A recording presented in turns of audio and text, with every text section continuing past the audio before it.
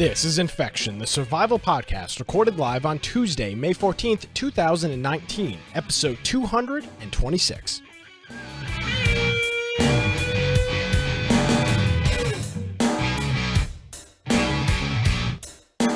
Hello, ladies and gentlemen, and welcome to another episode of Infection, the survival podcast. Infection is your source for the latest information on survival video games. We bring you the latest news, reviews, updates, and more each and every week.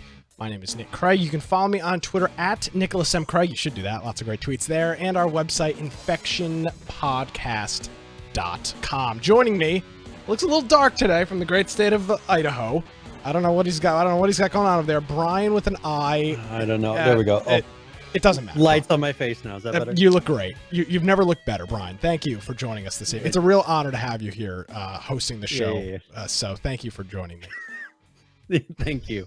Thank you for introducing me.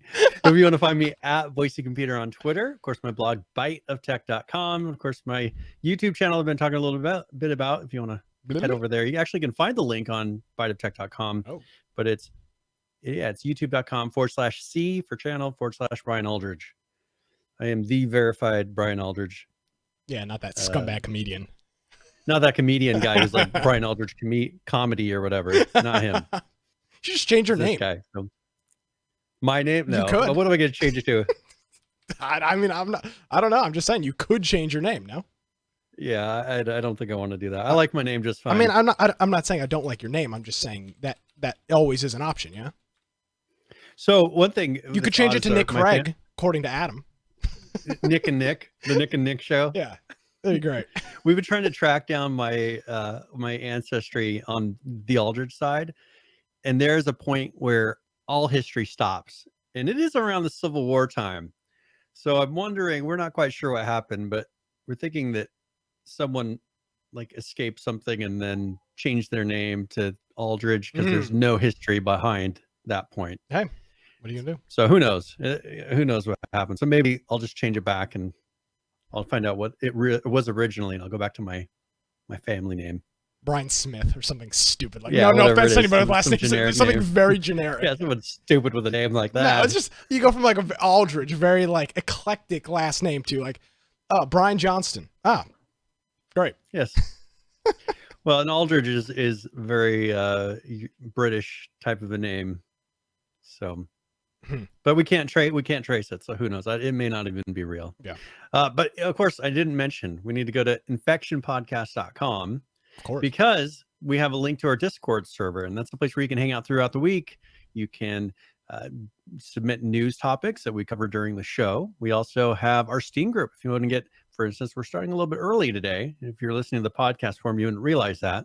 But if you happen to be at your computer and you're a member of the Steam group, you'll get a little notification that pops up right before the show starts.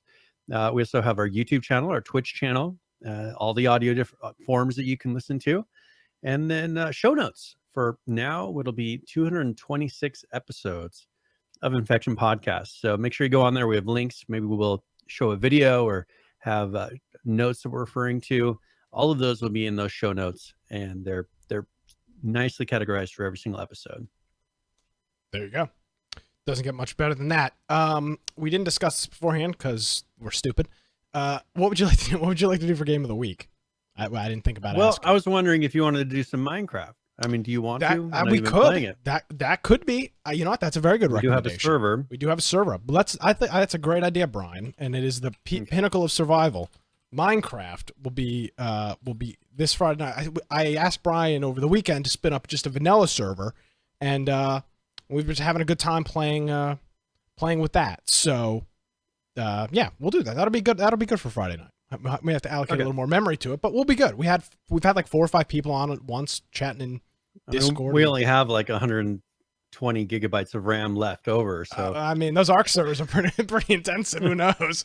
But we'll load that up, just regular vanilla, whatever the latest is. It's right now it's 1.14.1, but whatever that may be, we'll let you know. And then in a couple of weeks, I was asked by a couple of people to put, what was the game we said we were going to play? I'll have to ask. There was a game we said we were going to do, and I've been asked by 2 different individuals that aren't going to be around the next couple of weeks to delay that. So I don't remember what it was, but I will find out.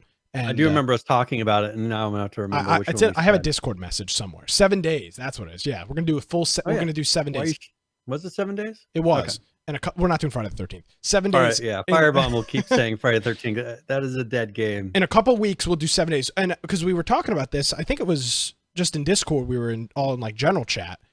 We have not actually played the final finished release. The beta was alpha, whatever the hell it was that we played. The pre-release candidate was so smooth that we never had to go back and play the final release of the big update. Now, are we wanting to play the final release, or are we wanting to play the new beta alpha? Probably the final release. I think that's what we want. Okay, so the 17, pretty much 17.3, I think is what it's at right now as far as stable. So we'll do that here in a couple weeks, so stay tuned for that as well.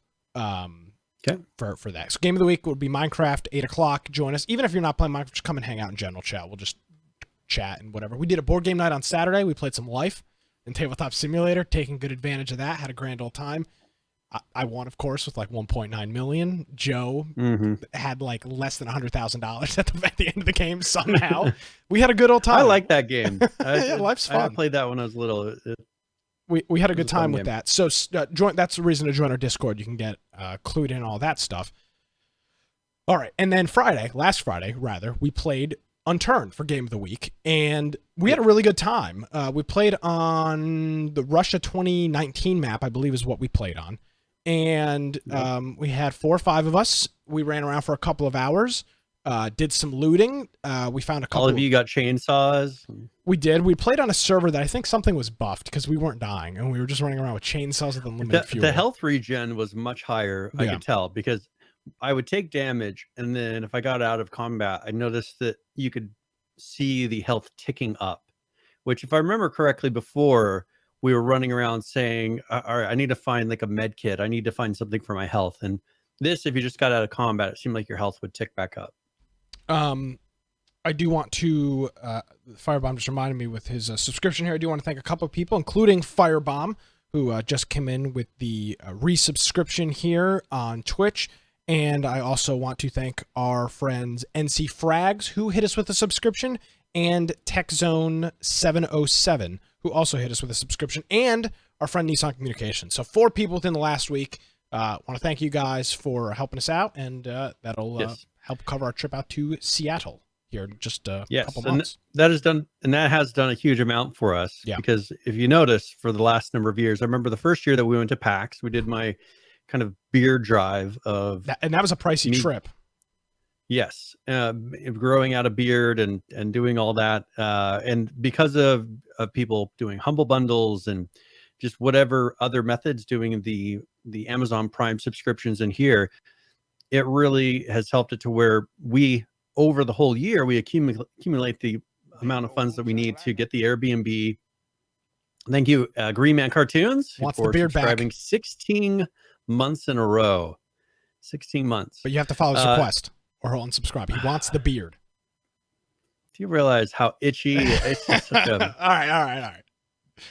But yes, so and it may have more gray in it. As I get older, it's going to have more and more gray. Well, getting old sucks. Now, I will say, fortunately, I believe this year we're not going to have to do any type of drive, donation drive for our trip, which is super cool. So we really do appreciate it. Yes. And so that's what I was getting at, is it makes a big difference because we're able to accumulate those funds throughout the year without it being hey, we're short this amount of funds and trying to do some drive at the last minute. It's made it to where coming into it, we have a fairly predictable amount of money. So it's been, I think, above and beyond what we expected, right?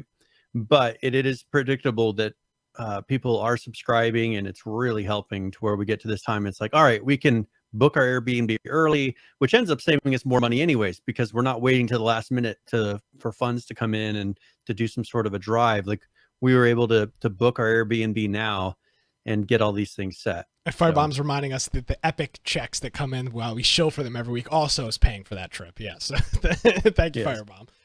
Except for what's funny is that's the place that we don't make money.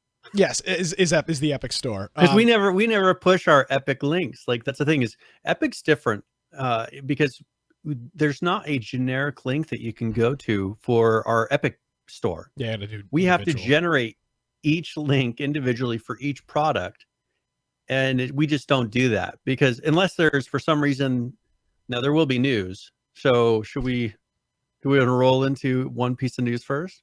I mean, if you want, if you're talking about Epic first, I guess so.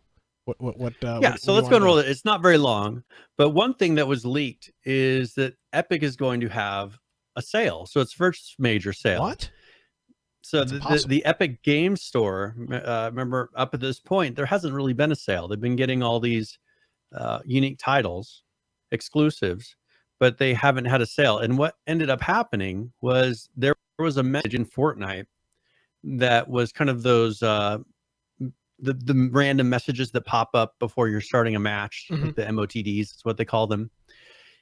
Those popped up, and one of them had said, let me find the quote here. It was pretty much saying that there's a big sale coming up, so make sure that you add your two-factor authentication to your account, so you get a $10 because they give you $10 towards the Epic Store, and then it says then you can use it in the sale. But the thing is, there wasn't a sale yet. Gotcha. That MOTD went out early, and so they did acknowledge in a tweet. They said, okay, whoops, an MOTD snuck about the sale. There is an Epic Game Store sale on games in the works, but it hasn't launched yet. Stay tuned. Brian, so you remember back in the olden days, like 2011, you remember how every year some Apple engineer would just happen to leave his brand new spec'd iPhone at a bar in Los Angeles? Every year, magically, this guy would leave his iPhone at a bar. His special iPhone that is not released. I feel like that's maybe what happened here. Well, and exactly. And with the iPhone thing, they knew that they were going to get more press by having a leak, because everybody's like, oh, look what we found. Everybody wants the exclusive. Yeah, Mashable. Yeah, before when they used to actually do tech news. And so they would post all of these things. And now, and now if you go through, let's say Epic is, or if Apple's going to do a thing and they announce, oh, here's the new iPhone, then people talk smack about it and they only have negative things to say. But when they feel like, oh, this is a big surprise, everybody talks positively. So this may be some inner marketing thing that they are doing, or it could be an engineer didn't check a box saying, don't show this one. He was adding it in there and it got slipped in. Possible. I mean, it's hard to say. Yeah. Well, that's cool. So that'll be good, obviously, for us consumers. The big first sale of the Epic Game Store coming up. I guess you could say soon. If they were putting it in the Fortnite MOTD, it's got to be relatively. Maybe Memorial Day weekend. That's 2 weeks from now. Maybe. Yeah, that could be. And what we can do is we can post some links in the Discord or whatever with our links to those items, because who knows? It's hard to say what kind of sale. I know that they're probably going to want to come out of the gate with some really big sales to draw some people in, because I think I remember us talking about the concept of the Epic Game Store early on. Yeah, before they were paying. Becoming serious. Yeah, back before they were paying us, and having the competition to be able to compete with the Steam marketplace. And I said they need to have it to where people have games in their library to where they don't feel like they're giving up something going to Epic. And so they did. They are doing the game giveaways every month. They do 2 different games that they give away. And so I think here, this is going to be another way, that will slowly build up people's library, but also they're going to be doing these sales, and people, if it's enough of a price that's better than Steam, maybe they'll get more people and it'll become more and more of a viable option, because it's hard for people to, especially me, I've got 1,250 games. 401k is invested in Steam games. Yeah. Yeah, I mean, if I'm finding out, it's not like real estate. I just can't. It's not going up in value. Resale value on your Civ. I could sell my whole account for the price of like 3 games. Well, hey, what are you gonna do? You live and you learn. That's why they call it investing. I guess that investment, it was kind of like Bitcoin, and just didn't pan out. Well, there you go. So that's cool news. That's cool news from Epic. Looking forward to that. And Joshua in the chat saying, and it could be at the same time as Steam Summer Sale. That would be a very interesting. That would not be good PR for them. They would get roasted for doing that. Now, it may be good for them business-wise, but actually it probably wouldn't, because everybody wants to buy Steam games. Okay, could they go, and would they go that much cheaper? And this would be, if anything, this summer sale, if they were competing with the summer sale, it would be a true testament to the difference in the amount of money that they're taking from the developers per sale. Because if they can say, hey, you know what, you're saving this amount of money per sale, how about you lower the price that much more on ours so that you're making the same amount as you would on Steam, but the consumers are paying less. And so that would be an interesting way if they could get, or if they incentivize to the people selling games on their marketplace to lower it that much more so that people can see, all right, here's the difference between what a 15%, 12% commission versus a 30% commission. And Judd is pointing at Steam tends to just put BS on sale most of the time. And I will say, to curtail that before we move on here, the Steam sales winter and summer within probably the past 2 years, 3 years maybe, have sucked. There really has not, since they got rid of flash sales, and I know this is the popular opinion and everybody knows this, but them getting rid of flash sales kind of defeated the whole purpose. And I understand why they did it. It was a business issue. I understand. But that's really, that was the big selling point, was you're constantly refreshing the Steam homepage to figure out what bargain you could get for the next 4 hours. And now that they've got that, it's just kind of like, now that that stuff is gone, it's like, okay, you have 14 or 15 days to buy this game at a 15% discount. And that's kind of what they do. So, I mean, who knows? I wish they brought that. That's the thing back. Is even with Amazon, Black Friday, I ended up doing a lot more impulsive buys back when they had those lightning deals or whatever they were calling them at the time. Because they would pull something up, there would be a countdown timer saying there's a limited amount of time to be able to buy this. And they were doing this for Black Friday. And so now they go to the same thing that Steam does. It's like, okay, you have a week to purchase this. It's going to be discounted for a week. Yeah. And that gives me that time to kind of think it over. I guess it is better for the consumer in the end, right? Because you get to look at it and say, is it really that good of a deal? Is it something I really need?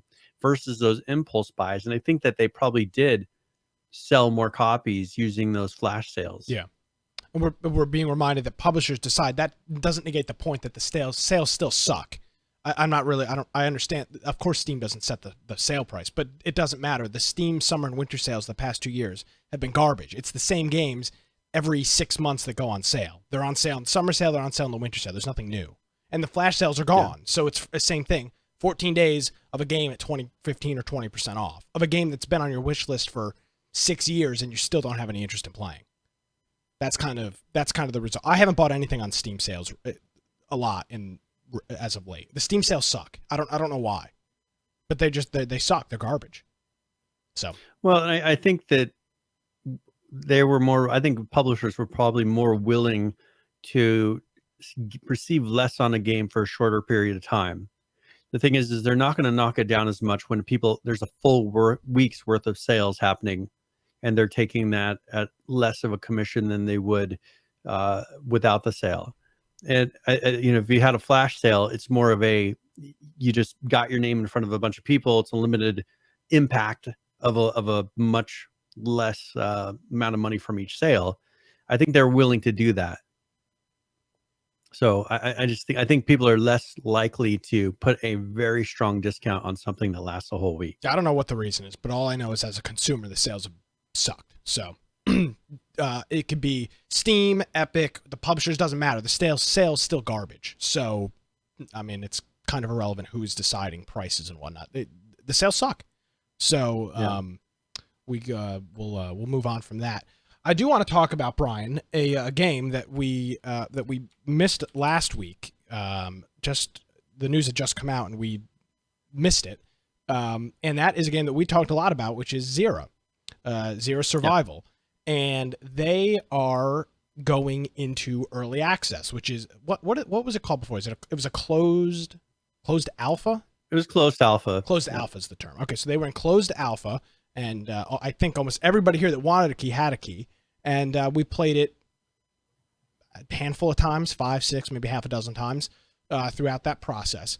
And they are in the process of going to early access. Now, they're running a limited time campaign for the next 2 days. So you've got until the 17th of May, which is Friday, or it'll be Thursday night at midnight, Friday morning at midnight.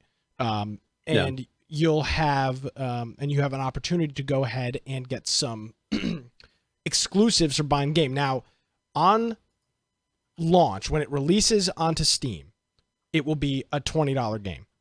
So let's look at their tiers here real quick on their website. And they've got a couple different ones here. They've got a what they're calling their Bambi tier, which is $20, which gets you an early access Steam key, a wallpaper, your name displayed in the credits, plus a backer form badge and a special Discord role. So that's just the same price of the game, but you can pre-order it now and help them with the development process. They've got a Survivor pack, which is $29, $10 over the base. You get early access, digital wallpaper pack, your name in the credits. The same thing with the form and Discord roles, as well as an exclusive backer drone skin. So you get that. Now they've got their Bandit class, which is the same thing: early access, the wallpapers, credits, Steam, form and Discord roles, the donor skin, and a golden chat color and an in-game icon. So your name will look different in the general chat or the public chat, and there'll be some type of notice. Unturned does this, by the way, too. If you buy the $5 premium, your name looks different in chat or something like that. So they've got that. Yeah. That's for $39. And then the Legend version, which is $76, gets you 2 keys, wallpapers, credits, form, Discord, the drone skin, the chat and game icon, and a golden drone skin. So you get 2 of those. Now, some people will say, well, why would I buy the $29 version for wallpapers and whatnot? We've been over this a million times. You're supporting the development of the game. It's very simple. We talk about this with Patreon, with Kickstarter, with Indiegogo.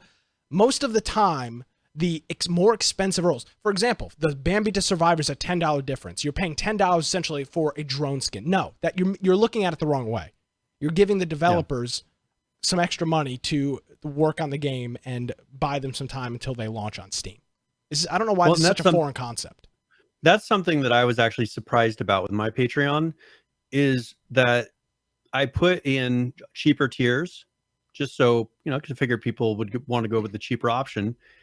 And I've had nobody take the cheapest tier.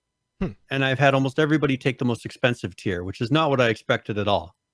I expect that you would get a few with the most expensive tier. You sure you don't have anybody on the cheapest tier? I think I might be subscribed. No, I added one below. I added one below that.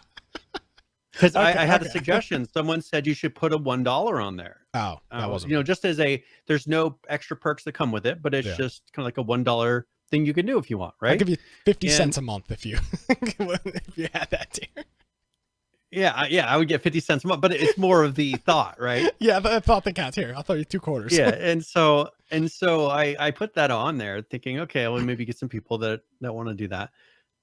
And I've gotten almost all of them being the most expensive one, and they tell me, they say it's because I want to thank you, right? I want they're not even taking advantage of all the bonuses that I'm giving them. They just want to say thank you. And so I think that you'll get more people if they truly appreciate this game and they want to support the developers and they like the direction it's going. Maybe they could care less about that golden drone skin.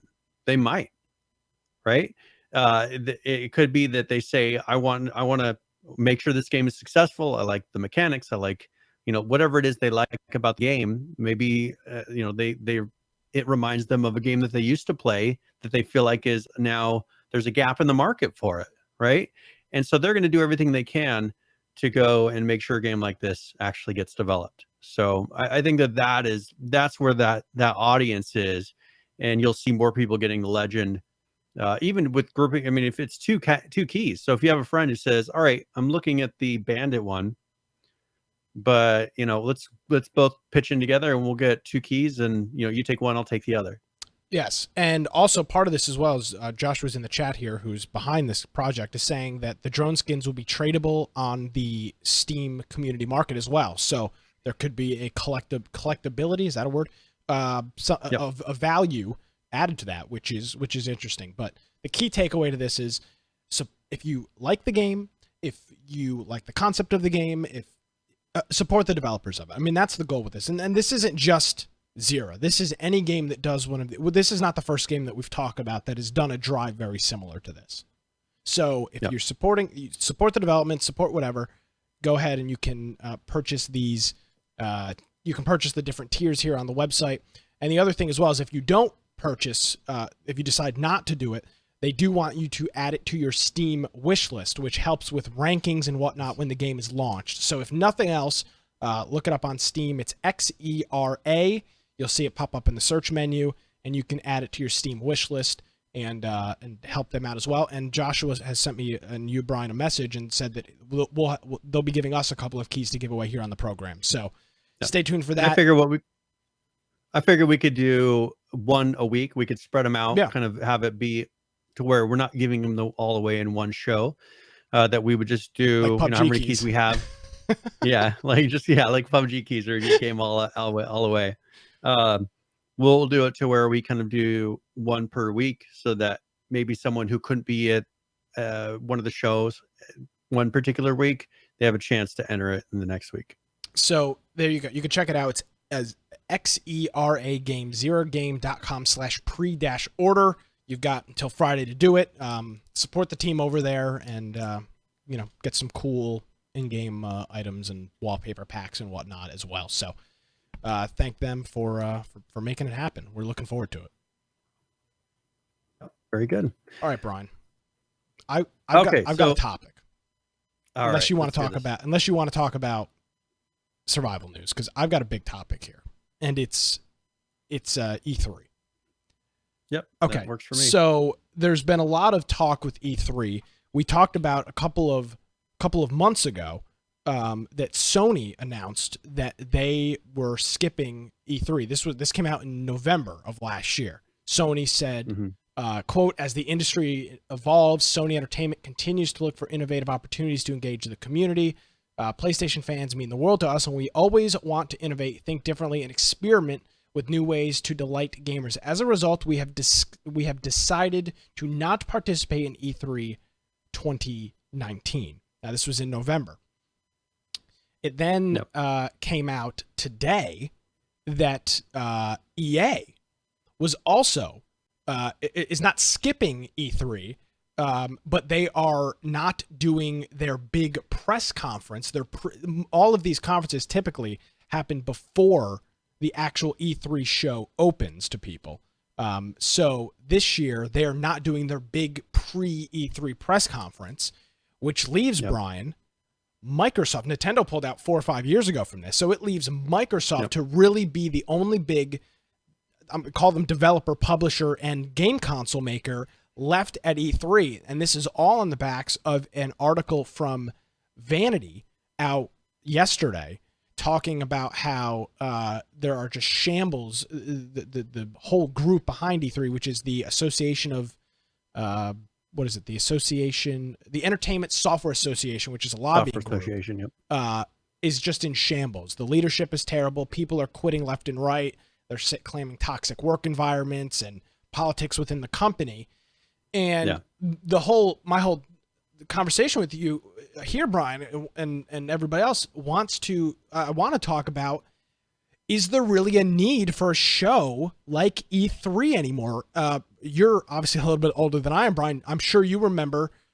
Obviously, what's that? Was obviously supposed to be. Well, obviously you are. You're obviously. I mean, anybody with 2 eyes, Brian, even one eye. I happen to be. Anybody with one eye, anybody that's not blind, can see that you're older than me. Back in the 90s and 80s, there were computer conferences all the time. Computex, all of these big computer shows, and I know about them based on being interested in technology. Those don't, I mean, they still do, but they're skeletons of what they were in the 80s and the 90s. Those shows have pretty much ceased to exist. And it does appear that E3 is heading that same way. And I think a lot of that probably has something to do with Bing shows like PAX that have expanded. PAX East is now 4 days, Friday, Saturday, Sunday, Monday. PAX West, I believe, is 4 days, Friday, Saturday, Sunday, Monday. And a lot of those big publishers are there. Sony is there, Microsoft is there, Facebook is there. All of these big tech and gaming groups are at these PAX shows. There's PAX East, West, South, Australia, and now they've got the board game show And then they've got another one. They have like 5 or 6 shows that they do a year. What the hell is the point of a show like E3? Do you think that part of the issue with E3 is that they were relying too much on the big players, right? Because it makes sense if they're down to Microsoft only on this. Part of the issue is PlayStation.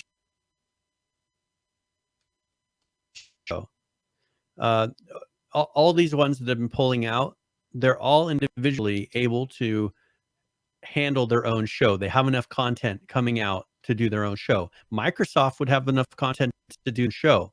And if they're the only big player still there, they're probably looking at, well, are we attracting as many people to this show as it to make it worth it? Or would it be better for us just to have our own show that we fully control all of the aspects of? That just seems, it makes more sense that as these guys pull out, I mean, we could look at PAX and say they're not counting on a few big developers to support the whole show. They don't give the whole thing to one person. Well, I will say this. I don't know this to be the case. This is infection news, so take this. This is infection facts, so take them what they may be. But Phil Spencer is on the board of the ESA, the Entertainment Software Association. Phil Spencer is a very big, high up at Microsoft. I'm not saying they're necessarily related, and I'm somebody at Sony high up, I'm sure, is also part of the ESA. But I'm saying there could be some type of, okay, well, you know, we got to keep ESA doing their own thing. But I find Nintendo did this years. Nintendo's literally probably done this. It may be longer. It may have been since like 2012, 2013. They started doing their Nintendo Directs, which are pre-recorded. They're not even, they stream them live, but they're pre-recorded. They're heavily scripted, which is perfect. They don't have to worry about gaffes and things not working and they correctly. have a lot of people that English is not their primary language. So it's much more difficult when you have guys who primarily speak Japanese and they're doing very broken English when they go out there, or maybe not even doing it, where then they have to do translator. They have to have a translator and they have to do text going through it. So I think that that's another issue where they would want more control, because they want to make sure that everything that they're saying is actually being translated correctly. Maybe somebody really struggles trying to say something in English and they maybe have to cut it out or re-record it. They don't want to have those gaffes. It's easier for a company, companies that have English representatives to go up there and to not worry about that so much. It's just like if we were to go and try to do something in Japanese, good luck. I mean, you better heavily edit that thing. It's not going to come out how you expect. And I will say to note, it was just a few years ago, within the past 3 or 4 years, that E3 even started allowing regular people to buy tickets. It was strictly I think impressive. I think that's where it started going downhill, though, because I think they liked having that exclusivity of getting in there, and now anybody with an iPhone can go in there and get video, or anybody with whatever kind of camera, and a mic or two, a right? Canon GH30, that's not what we use at PAX or anything. Any stupid jackass with a camera and a microphone can go in there, yes, and can get video and get these what used to be exclusives. Yeah. And so I think that now that they've opened it up, it doesn't feel as special, and these guys and all these companies are more willing to let these things be released before or after, in some other way. Yeah. Now there still will be the PC Gamer does that PC gaming showcase, which Sony and EA and Microsoft will all have games and be part of that. Bethesda, I'm not sure what their plans are for E3. They typically do a big pre E3 show every year. Devolver Digital, whatever that is. They do Devolver Digital. Don't they do that pre-recorded? Isn't it always pre-recorded? It is pre-recorded, but it is a pre-E3 show. So they do one. Yeah. Ubisoft did one last year. They may or may not do one this year. EA is out. Sony is out. Nintendo is out. So it's going to be Microsoft, the PC Gamer gaming one, maybe the pre-recorded like indie game show. Mm-hmm. I'm trying to think of what I mean. I don't, and frankly, I don't really have any interest in the PC gaming one. Is always been kind of lame, because it's not really put on by like one publisher. It's just a whole bunch of games, and the Microsoft's will be cool. They'll probably be showing off a new console, or showing something off with the new console. But other than that, I mean, the writing is kind of on the wall for E3, and it makes sense because there's just these other shows are just for consumers, and it's not worth it. I mean, these companies spend millions of dollars on these shows, if not very high hundreds of thousands, putting on those shows. They have to rent the theater, they have to staff it, they build the stage, all the AV. You have shipping all that stuff out, putting it together, flying all that staff out. I mean, putting them up in Vegas, which is not it's in LA. It's not in Vegas, right? It's in LA. I think it's in LA. LA, even more expensive than Vegas. I mean, it's just a very, it costs them hundreds of thousands, if not millions of dollars for those big companies to do it. And frankly, it's not worth it because Nintendo can sit back at their headquarters in Japan there's in like a big white room, and they just record it. Very simple and easy. And I think it's interesting because, I mean, E3 is in June. It's not far away. It's like June 8th or something. It starts like June 8th. It's less than a month away. June 11th. Okay, June 11th. Yeah, there you go. So, well, the show starts, but I believe some of the press conferences are pre. So I think it's earlier than that. So what are your thoughts? Is E3 done? Or shows like PAX gonna kind of are bridging that gap, and there's really not a need for it anymore? Well, and I also think that these companies, because there's so much more competition now in the whole gaming industry, with tons of different titles being released.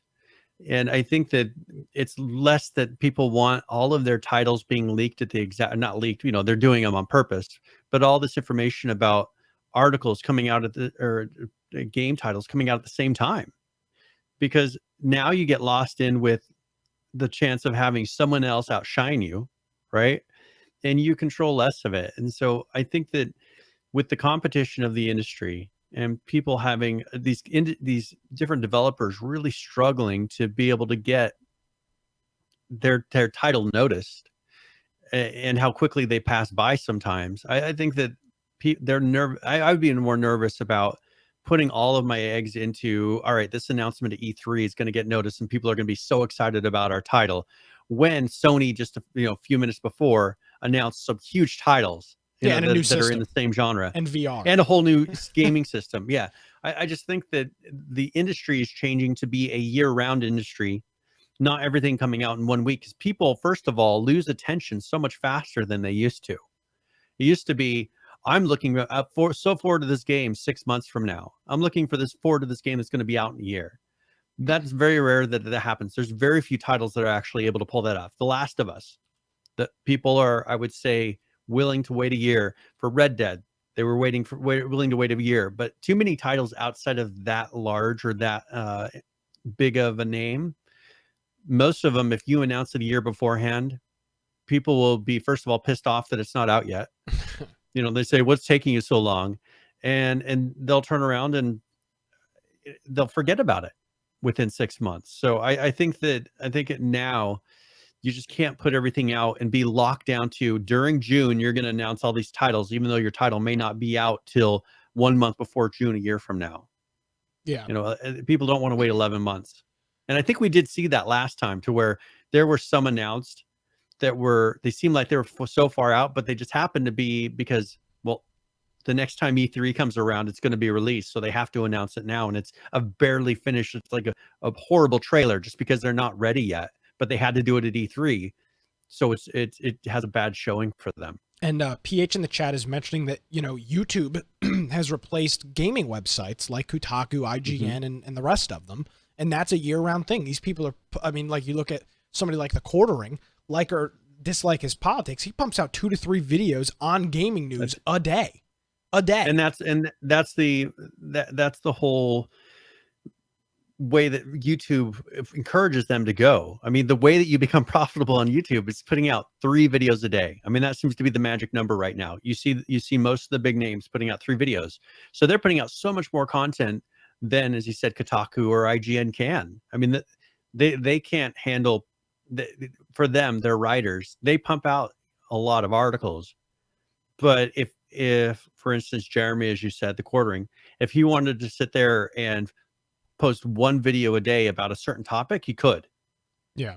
And he'd have the ability to do it, where you can't every day report on something at Kotaku. Like you won't be able to have the writers. You'd have them all focusing on one thing and they never get to anything else. So it's a much more free form and fast. And I think that that's what people want. Unlike what I said with E3, to where it's one time a year. And if your title happens to be not around that, you could get then people are timing their releases by when they announce the E3. And you don't want all these games coming out at the same time. You can't do that anymore. So Saturday afternoon is Xbox, which is the 9th, as well as Bethesda. And then on Monday, it's the PC Gaming Show, Ubisoft, and Square Enix, and then Devolver Digital. But that's it. Nintendo does their Direct on Tuesday. But again, that's not an It is still, they still call it the E3 show, but it's not. I mean, it's not really an E3 show. They don't do it at E3. It's a literally pre-recorded video that they stream on Nintendo's Direct website. So interesting to see. I don't even know why GameStop is one of their big supporting companies. Like, I mean, GameStop's probably not even going to be around for a year from now. Yeah, I mean, they're constantly talking about just closing up all their stores, and I don't even know. It's interesting. I don't even know. Got all these old. I just think at some point they're going to start backing. You're going to see each of these starting to back out because they won't view it as a big enough advertisement for whatever their company is. As it starts to shrink and shrink and shrink, you'll see some of these big backers start to leave, and then what are you going to be left with? Well, I do even wonder why the hell like Square and Ubisoft still are there. I mean, we know what, and EA was in the same boat. I mean, you knew every year at EA you'd see FIFA, a Madden, and an NBA. Yeah, those are like the three big ones, and then something with a Battlefield if that was timely, and then of course EA does publish a lot of other things, but Ubisoft, what are we going to see? We're going to see Just Dance. A new Just Dance. Don't they always open with that one? It seems like it. Yeah, they typically do. And that's it. I mean, and then a couple of other games, and the same thing with Square. So it is very interesting to see what is going to come of E3 in 2020, 2022, whatever year it may be. It'll probably end up morphing into more of a PAX because these companies they'll do it on their own platform. And Microsoft does it with Mixer. I mean, they own the whole damn CDN. They stream it to the Xbox. Well, but the thing is PAX, the people that run PAX and people that have run some of the other things, they actually offered to take over E3, but they weren't taken up on the offer. Yeah. So I think that if there is enough upheaval and politics and all this continuing to go on, you may see next year that it ends up being taken over by a group like the PAX group and run in a much different way. Because part of the issue is when politics and all this stuff start to come into this, you're just dividing your supporting base in half, right? Yeah. And I know that was some of the arguments that they were running into is, they supported some group that half of their audience or more didn't like, and you can't do that. It just needs to be about the games and get away. Of course, PAX has plenty of politics, right? Yeah, but the problem is that the ESA is a lobbying group, and they lobby on behalf of they're kind of like EFF, the Electronic Frontier Foundation. That's what ESA is. They lobby. But that's Washington, the issue. Is DC. like that politics in there. You're dividing people, and that shouldn't be what it's about. They need to get to the point where it's about the games. Sure, there'll be politics in there, but I think that here it's becoming seen that you're just asking for problems and people calling you out and saying, oh, why do you support this? Why do you support that? And we've seen how fickle some of these big companies are. Nintendo gets mad at you for this, or PlayStation doesn't like this.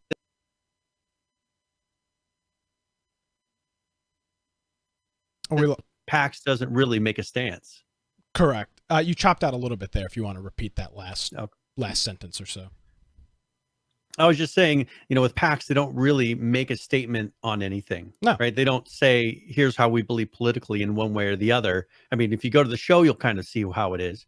But they're not making a public statement about it, where if you're a lobbying group supporting your whole thing, you're on a daily basis saying what your politics are. And I think they just need to get away from that. Agreed.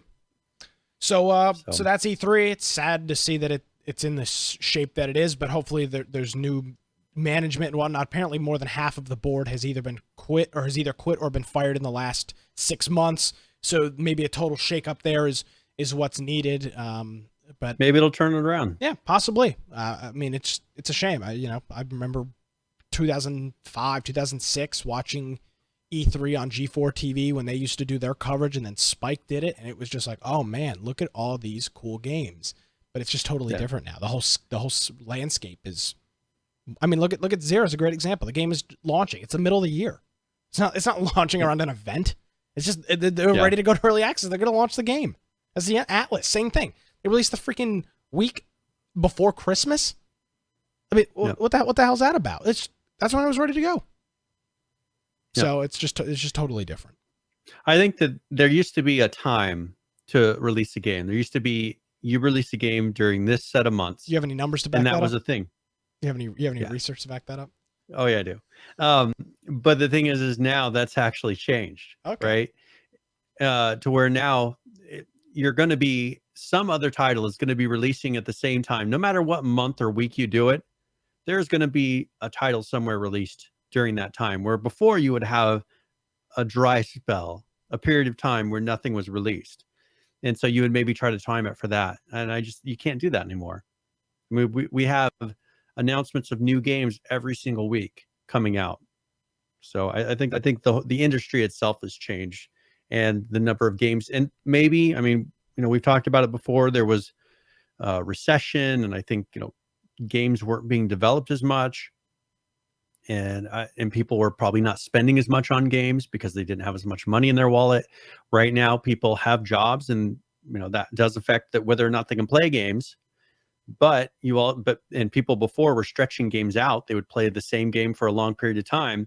Now you have people buying games, even if they maybe not are not going to play them, they're buying them, which is what the studio cares about. Nick's got a pile behind him of games he hasn't played. Not even open. Right? Not just not played. Not even open. These games I literally got for Christmas like 4 years ago. And they're just still sitting in the cellophane. But it doesn't matter because they got their $59.99 and that's it. So they got their money, and that's the thing is I think right now these studios are willing to pump out these games because they know that they'll get enough sales to pay for them, right? To pay what it costs them. Until that starts to change, I think that you're going to continue seeing this many games released on a regular basis. Likewise. Because there's somebody out there who will buy it. Yeah, I agree wholeheartedly with that. So interesting conversation. If you've got any opinions or thoughts on us, let us know. Send us a tweet. It's @InfectionCast. Or if you're watching on YouTube, or if you want to go and if you're watching this on YouTube or whatever, you can go ahead and leave us a comment on YouTube. We do check out those pretty regularly. We got a lot of heat last week over the whole conversation with Riot, which we're not going to rehash. But appreciate the comments on YouTube. It's nice to see what other people are thinking about the conversation. We do read them. We do appreciate them. So thank you for that. All right, Brian, let's transition into some actual gaming news here. I know we always get crap for. Talk about games. Let's talk about Conan Exiles, who we were or still have a very good relationship with, and they hit their 1 year anniversary from launch. They originally, way back in 2016, it would have been, or 2017, said we are going to release the game within a year or two. They in fact did that, and we are now at the 1 year anniversary of them leaving early access and being fully released. And to do that, they did a Steam free weekend. As typical, I don't know why these people wait until they wait, of course, always till Wednesday to release this news. But last Wednesday, they announced that they were doing a free weekend last weekend in honor to celebrate that. And they have got a video here, which is which they've always I've always been very clear. They have got some of the best PR when it comes to this stuff. Their graphics, their videos, they do a very, very good job with that. FunCobb does a very good job with that. So here's a quick little video. This is it's a little bit of it's an update video as well as the 1 year anniversary video from Conan Exiles.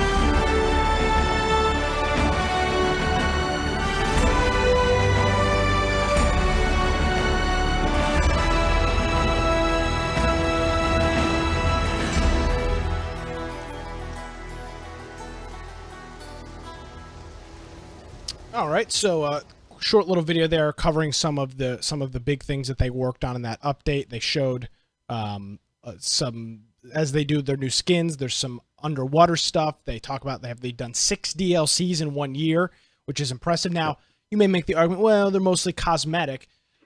That's what's so great about this game is the DLC. It really is totally irrelevant to the game, to the core concept of the game. I haven't purchased a piece of DLC. Upgrade. That's not true. I purchased one, and I've been almost coerced into buying others, and I didn't. But I could. The fact that I didn't hinder me in any way. It didn't, and no. I think they have. I'm sure there's other examples, but in our little sphere of games that we talk about, I think they have done DLC, and I think a lot of people. I've said this. A lot of other companies can learn from what Funcom has done with Conan. They've just done a very good job with everything. The press has been good. They did those weekly live streams with Jens Erik and the community manager. That's pretty typical. But the way that they've done DLC, and I know people bitched and complained about it originally. Well, you're putting DLC on an unfinished game.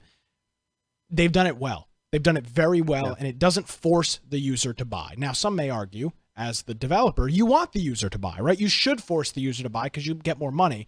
But that puts people like me in a really crappy situation who don't play the game very often. I don't want to spend $30 on DLC. If I want to, I can with Conan. That's what's so great. So good work by their team over there. They've done a hell of a job. Now, some things that they've updated in this. First of all, they have that sunken city, which you saw some in the video. Yeah, let's see if I can find that again. And so just kind of their description of this is something beckons from deep below the waves, something trapped, something ancient. Will you allow the ancient evil to be released, or will you resist the pull of the deep? And so this is a new dungeon, and it's intended for the high level players. Yep. Once again, with our first complaint whenever we played this was we hit the content cap. And I think they've done a good job of continuing to add content for all of those people that religiously play this game. And you want to give them dungeons, which kind of fits into the whole lore and the feel of Conan. And in here, they go through and they do a very good job of having plenty for people to do. Kind of like Ark. They're one of the few companies like this that I think have figured out how to, after the first week or two, continue to have okay, what am I going to do next? Yeah. Type of an attitude. With Ark, a lot of it was because of the dinosaurs and that progression. With this, they have the huge building system that they have. Maybe you want to build something a certain way or upgrade to a certain material. And then they have these dungeons that you can do. So they've been continuing to add to some of those. They've added some new companions. And these are, you can get a special horn to summon these Asgarths. And they're kind of like skeletons. And also you can summon. So you can also summon a frost giant to fight beside you. I mean, they've added all these things that are not the things you get right away. You're not getting them in the first week of playing. And I think that's one of the most important things that they could have done is that way you run around and when you're playing, you see somebody with something and you're like, I want that. Just like I know that you saw with the building pieces that other people could build a certain thing and you're like, I want that. And that's what got you to buy that. Mm-hmm. And I think that that's an excellent marketing plan. There's no requirement, but even with things that aren't purchased, it makes you continue to play because you're like, I want to get that. And you'll keep pushing and you'll keep logging in every day. And with that, they've got this new DLC pack out. This will be the 7th. It's called The Riddle of Steel, and it's got 18 statues and figurines of Arnold Schwarzenegger as Conan from the different movies, helmets from the movies, placeables from the movies, and then a whole bunch of figurines and whatnot from the movies. So now they're bringing in stuff from lore. When we asked from the actual Conan. And it's actual lore. It's stuff. I mean, the lore is things that have happened in the past. Those movies were huge in the 80s. Conan the Barbarian. I mean, very, very popular movies, and they've clearly probably struck a deal to do this stuff. But it's DLC, and again, literally none of this affects the game at all. These are literally statues and figurines, and it's $7, and people are buying it. Why? Because they like the game. and they want to support the developers, which again goes back to our conversation 40 minutes ago. And this is a little bit, I mean, this is a little bit different than the previous ones. Yeah, this is like These a full ones are- cosmetic DLC. Yeah, the other ones are more of specific building parts and things that would kind of match a theme.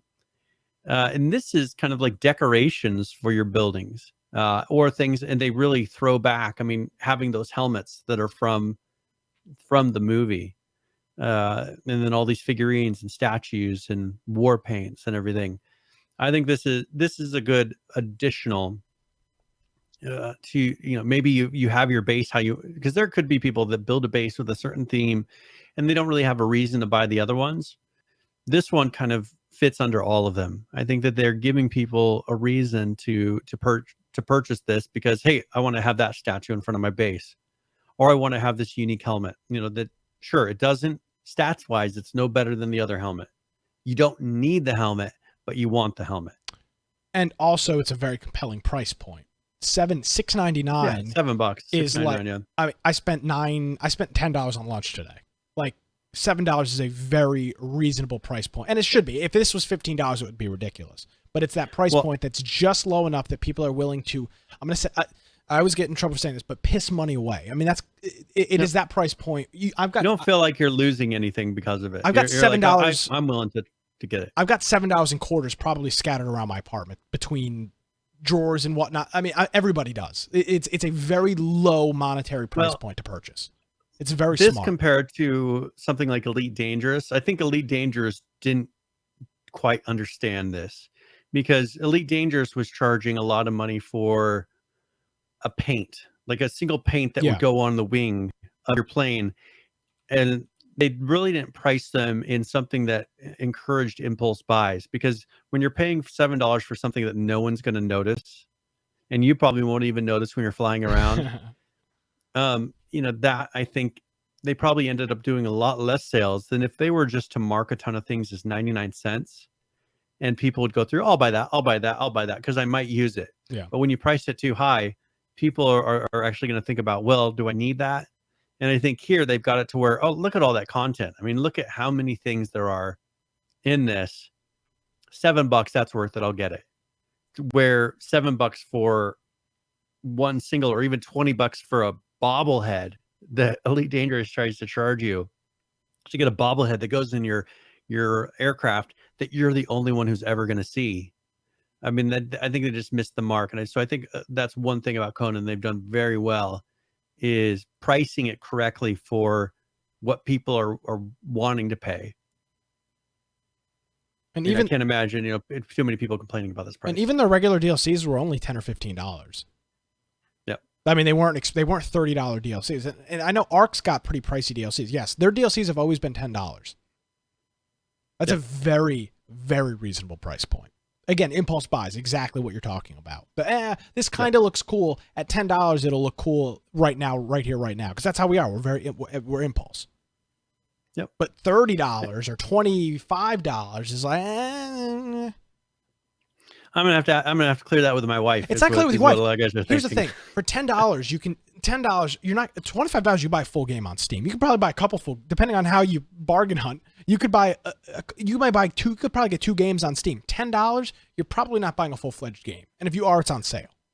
Well, the thing is you're once they price it up to where it's just it's a little bit below the cost of another game, then you feel like you're giving up something else to get that. When you're saying, "Oh, should I get this or should I get this?" That it's about the same price. I'm going to go with the game, right? Here, there's no real good game probably that's around $7, right? That you're going to buy. And so you're in your mind, you're not comparing it and saying, "Well, should I get this or this?" You're like, "Oh, I'm just going to get this because I'm not giving up another game to do." Well, that was always my problem with Ark's DLCs, not to rag on them, but $20 you can get for $20 or maybe $30, you can get a full game. And yeah, you're right. I mean, that's how you make that decision. So that's just the mental process. So. Yeah, I don't want to lament on it too long. Nevertheless, the Conan people, I think, have done a very, very good job with a lot of things, and it can be learned from on a lot of. And believe they've had their issues. The server launches at the start, abysmal failure. I got it, but since then they have done a very, very good job with a lot of things. and I think it can be learned from, at least in this industry with the early access stuff.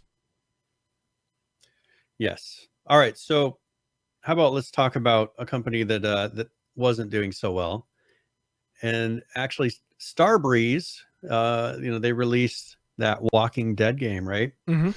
That was one of their titles.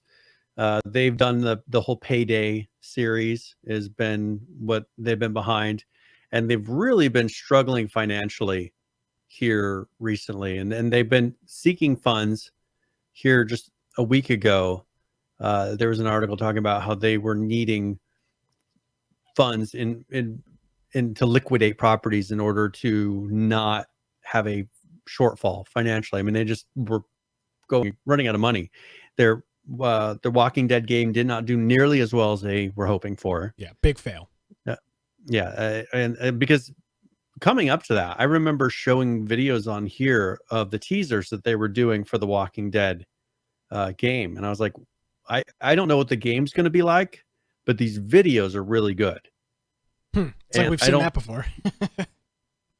Yeah, the videos were phenomenal, and I was like, this is like an open world, and there's a story to it. Like, this will be an awesome game. And then it ended up being pretty much a Payday clone in a the Walking Dead skin, right? Yeah. That kind of is what it ended up being. It had a lot of the same mechanics of, you have a base, your home base that you're upgrading things on. You're working through these short levels, that are pretty much pre-scripted. That's exactly what the whole Payday series was. And so I think that they relied too much on that old mechanic because it worked for Payday. Very successful. Thinking that it was, very successful. I was thinking, I'm guessing that they were thinking it was going to work the same way with this. People are just going to want to play it. First of all, I think they waited at the wrong time. People aren't excited, and we've talked about this with other titles. People just aren't excited about The Walking Dead like they used to be. Yeah. That's not their fault, but people aren't buying it because it's a Walking Dead story. And so here, about a week later, Rockstar has purchased from Starbreeze pretty much their Daruva Interactive, and they bought that for $7.9 million. That's nothing for Rockstar. And I made a comment in Discord. I said, this is pretty much their, this is their lunch money. Seriously, that they're giving away to get this. And so this gives Rockstar, so the sale, which is expected to close sometimes in the first half of this year, gives Rockstar Starbreeze's 91.82% share of Daruva, which is the company way over a controlling share. Yeah. And the studio will operate alongside Rockstar India. And of course, this company is based out of India. They make graphics and things for these titles. And so they'll be working together to continue, because first of all, the main reason I think was because Starbreeze needed the money, and Daruva Interactive has a good track record with a lot of different games that they have created assets for. So this is an art production studio based in India. And it was founded in 1997. So it's been around in the video game world quite a long time. 22 years. Yeah. Yep. And so that, how would you come up with that math so quick? I don't know. And so, that's the thing, is at that time, they had 320 employees. I'm not sure what they have now, but I'm sure it's much bigger than that.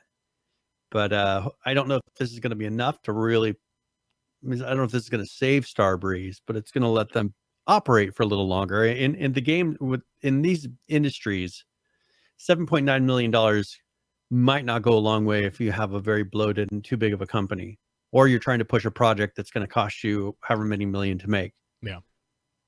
Now, as you said, they are an art house. They do. Mm-hmm. They've done work with some of the graphics for Forza 7, Halo 5, mm-hmm. Days Gone. These are just some of the, and there's a whole bunch of other titles on here that I've never heard of. But those two right off the bat, Forza and Halo. They do game development as well, but they're mostly an art service, which is very. Arc does this, by the way. We found this out at PAX West last year. We met the guy.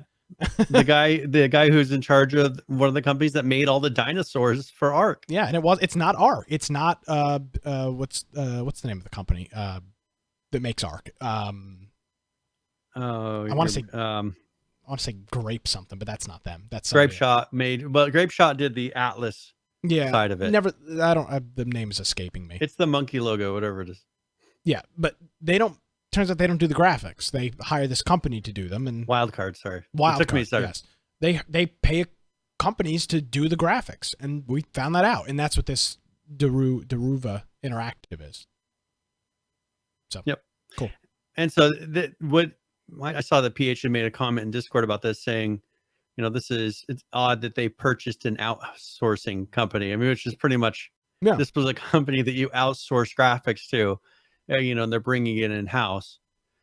So now they must do a good enough job to where they don't feel like they're giving up quality going with this company. I think this is one that maybe started out as one of those types of outsourcing companies, but possibly because of the quality level, that it's run well, whatever it is, they're releasing AAA level content.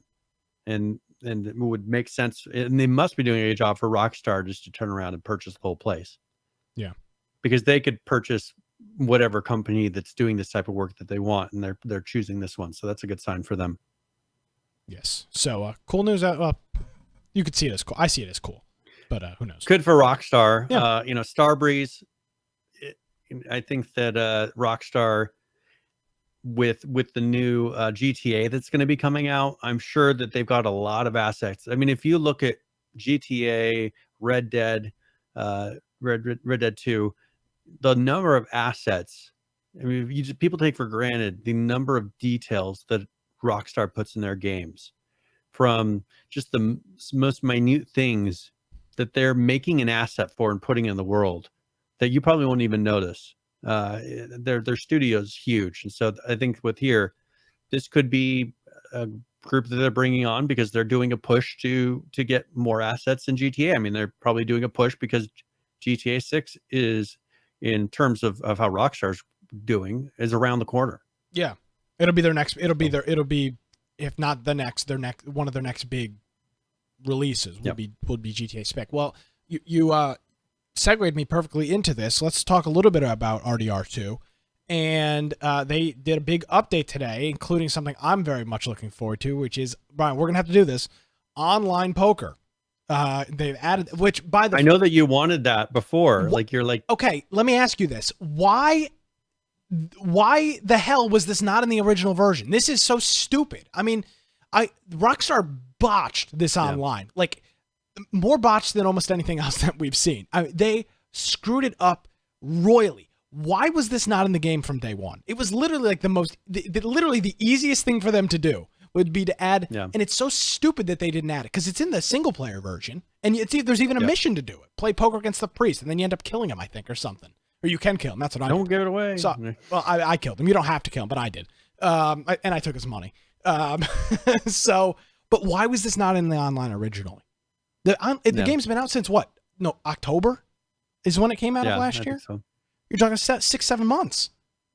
Well, I mean, they're considering this all pre-testing. I guess this would be one way that having a big update like this will start bringing people back, because so many people weren't interested when it first released because it was so bare bones. I mean, just what did you do? You ran around. If anything, one thing that's been a benefit of this is they're taking out some of the griefing mechanics. They're kind of making it to where you can run in here and online and just not get killed every 10 seconds by some random dude riding by on a horse, because that's not how it is I mean, it can be that way in GTA. Oh, that's GTA, pretty much you'll how have a it jet is. fly by, blow you up. But it was hard to get away from that inside of Red Dead. Like, unless you were doing the one where it was queuing you for a PvP match constantly, like, you couldn't get away from it. You'd be in town and you get killed like this. And so I think that they need, with a big open world like this, where you're supposed to feel like you're on a horse and you're a cowboy and you're actually out and not surrounded by crazy people running by on horses screaming. They have to kind of get that feeling back. And I think that that's what they're pushing for now with having some story in there and having it be a better free roam experience, because it isn't the same as GTA. And I think that they need to try to differentiate that to where it still has that big open world feel that feels like a Western.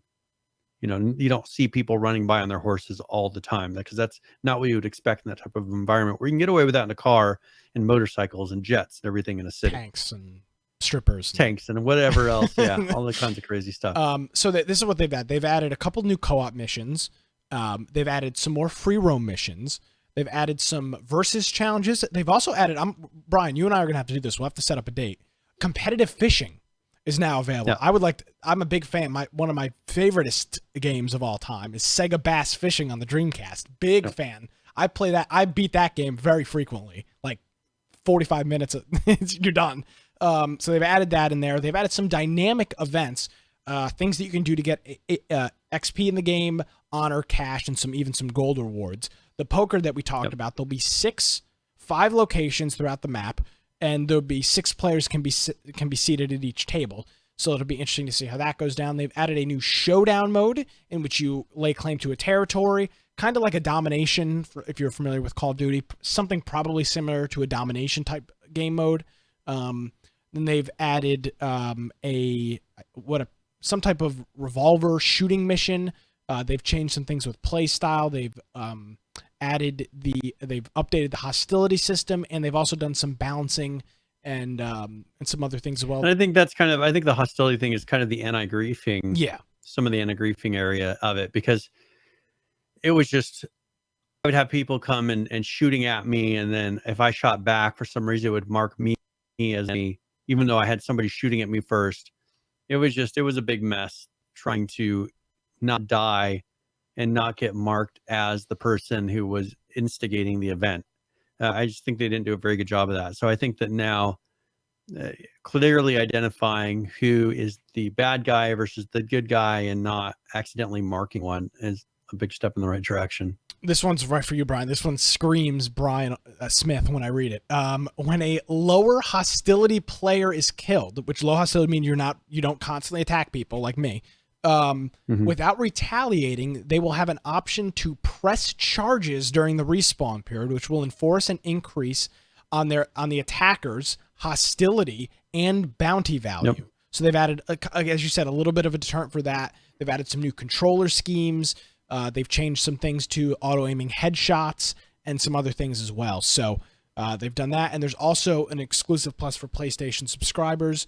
You'll be able to play Red Dead Online maybe this is only, maybe it's so you can available. do it. So one thing you don't need for a limited amount of time until May 27th, you don't need PlayStation Plus to be able to play online.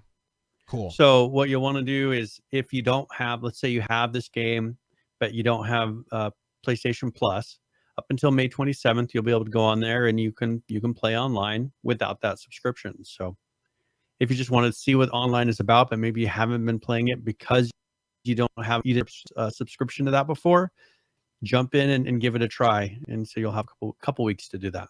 And they're also saying as they get into the summer, they've got a lot of updates planned. They've got bounty hunters, something called bounty hunters, traders, and collectors, and there'll be three different roles essentially that you can play as RP essentially. Yeah, so this will be great for role players, because that's one thing that's really making GTA live on now, is the fact that people can role play and have all these different aspects of the game. But I will say, Brian, role playing is very popular on the computer. Not so much. Yes. I think, not an expert, I don't think role-playing is as popular on Xbox and PlayStation. It's just, you don't have Discord and Twitter and Twitch and all that other stuff interacting. With GTA, a lot of it has to do with mods. Yeah, absolutely. They're doing modding, and so people make the environment that is conducive to role-playing. Perhaps they feel like they're able to provide that without the mod. If they can put enough features in there that are kind of simulating some of the features that these modders are putting into their servers to be able to make that experience, giving people different jobs that they do. I just don't know if GTA will be able to pull it off in the same way, because each server is different, right? But I think that eventually we will see Red Dead on PC. Of course. I think that maybe this is them trying to get ahead of it and have all those things in place so that when it gets to PC, it will be a really popular role-playing platform on Twitch, for instance. It's kind of hard to say because it's so much different. We've seen that it's really different, the uptake on GTA Online versus this. It's hard to get a Western to have that same feel of constantly being around people and having all these people playing all these different roles. But if we get the right role-playing community, it would be very entertaining. You know, you have the women at the bar and someone running the poker table, and you have a bartender. I mean, you could have all these things in these towns that people are doing rather than everybody being a drug dealer in GTA. Yeah. You know, I mean, that's what it really comes down to. My friend Atomizer in chat, who I know has spent a lot more time on console with games like GTA, says role-play on Xbox and PlayStation is more vanilla. So the customizability is obviously a lot more limited with that. So it's a little bit of a different environment. When I think RP, first thing I think is like Harry Potter RP and all these like super extreme role-playing modes, and those just they can't exist on the console. They never have, they never will. But you make a good point, Brian. This if they're trying to do a big PC launch here in 2019 or 2020, having all these services and systems available for the second it hits the these PC various market. Characters, this is because I think this is them in preparation. I mean, here's a little bit of a spoiler. What it looks like for the next GTA is their big focus is going to be a big online mode that is actually a continuing story. Yeah. Well, so, hey, keep people sucked on to the online thing, DLC, money, shark cards, genius. I mean, if you look at what Microsoft has done with Windows 10, they realized that having these upgrades and everything is a big pain. If you can keep people hooked, you know, and you can sell them services over time, SAS, it baby. ends up being more, software as a service. It ends up being a much better long-term investment. I think the GTA realizes this. We're creating these giant worlds that we're then not really upgrading over time because, you know, we released that version and it's done. Well, they could probably get just as much or more money out of people selling the game originally, and then providing them with so much crazy and continuing content that they continue to pay for things over long periods of time.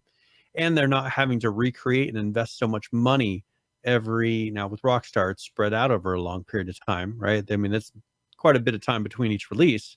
But I think they want to create that one, because what are they going to do when GTA 6 comes out and now they have a GTA 5 online, they have a GTA 6 online?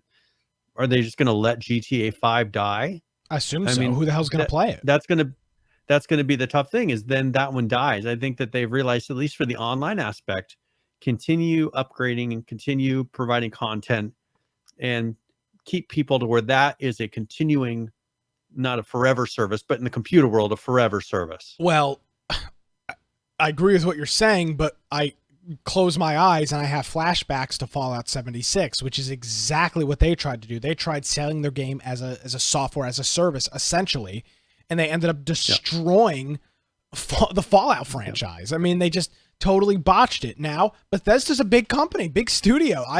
They may be bigger than Rockstar. I'm not sure how they rank. I think they produce a lot more games. More numbers. The larger, more quantity of games rather than Rockstar. But you know, here's the thing: the consumer gets the shaft on the software as a service concept because you either have a recurring payment or you're constantly paying for DLC.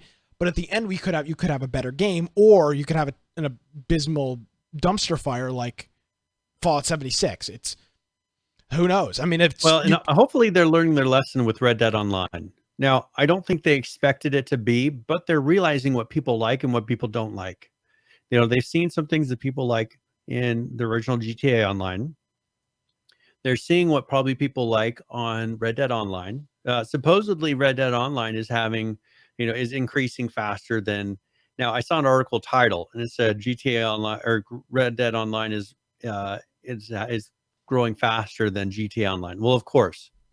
How long has GTA Online been out? Well, growing fast, Brian. Quite a number of years. If you go from 1 to 10, you're growing faster than from 500,000 to 600,000 or whatever the number may be. I kind of wish I would have looked and seen if they were talking about like at this same time after release it was growing faster. Maybe there's no way. But I don't know about that. And so I think here, at least they're going to be, because some of these are probably similar game modes and things in a different, non-Western theme that they're going to be having in GTA Online.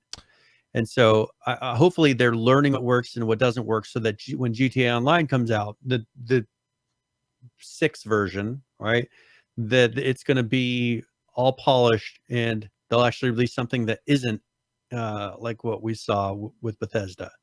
Real quick on the GTA front, I do want to say, though, to note, there was such a big technological difference between GTA 4 and 5. That gap will not be any. And GTA 4 did have online. I played it. But the difference in those games, technology-wise, was so drastic between GTA 5 and GTA 6, which is rumored to come out in the next couple of years. That gap is not going to be anywhere near as extreme as it was. Okay. Ideally. Well, but maybe, because look at this GTA 6 is going to be released on the new PlayStation, which I think is 28 times faster than the old PlayStation. What's that mean for me as a PC gamer?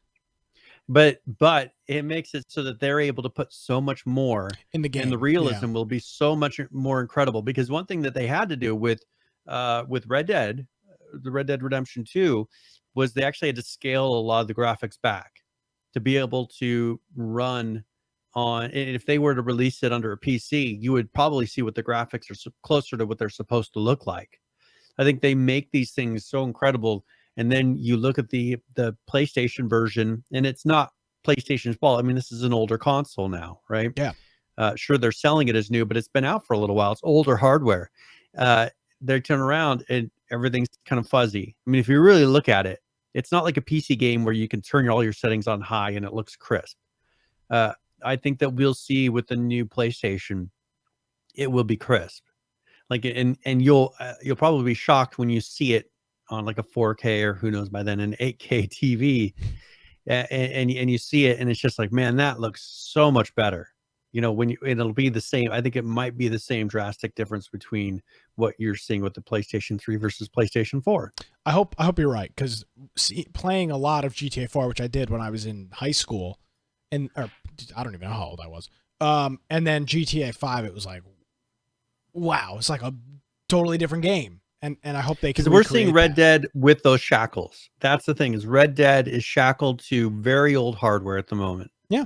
And because both the Xbox, well, GTA 5 was too. If you remember, it came out originally it came out on the Xbox 360 and the PS3. It got ported. Yep. It wasn't an actual port. They developed it for the next generation consoles, downscaled it to fit the older ones before the new ones were released. But it was a mess. Like they had 4 well, and I'm versions wondering, of the do you game. think they'll do a re-release of Red Dead?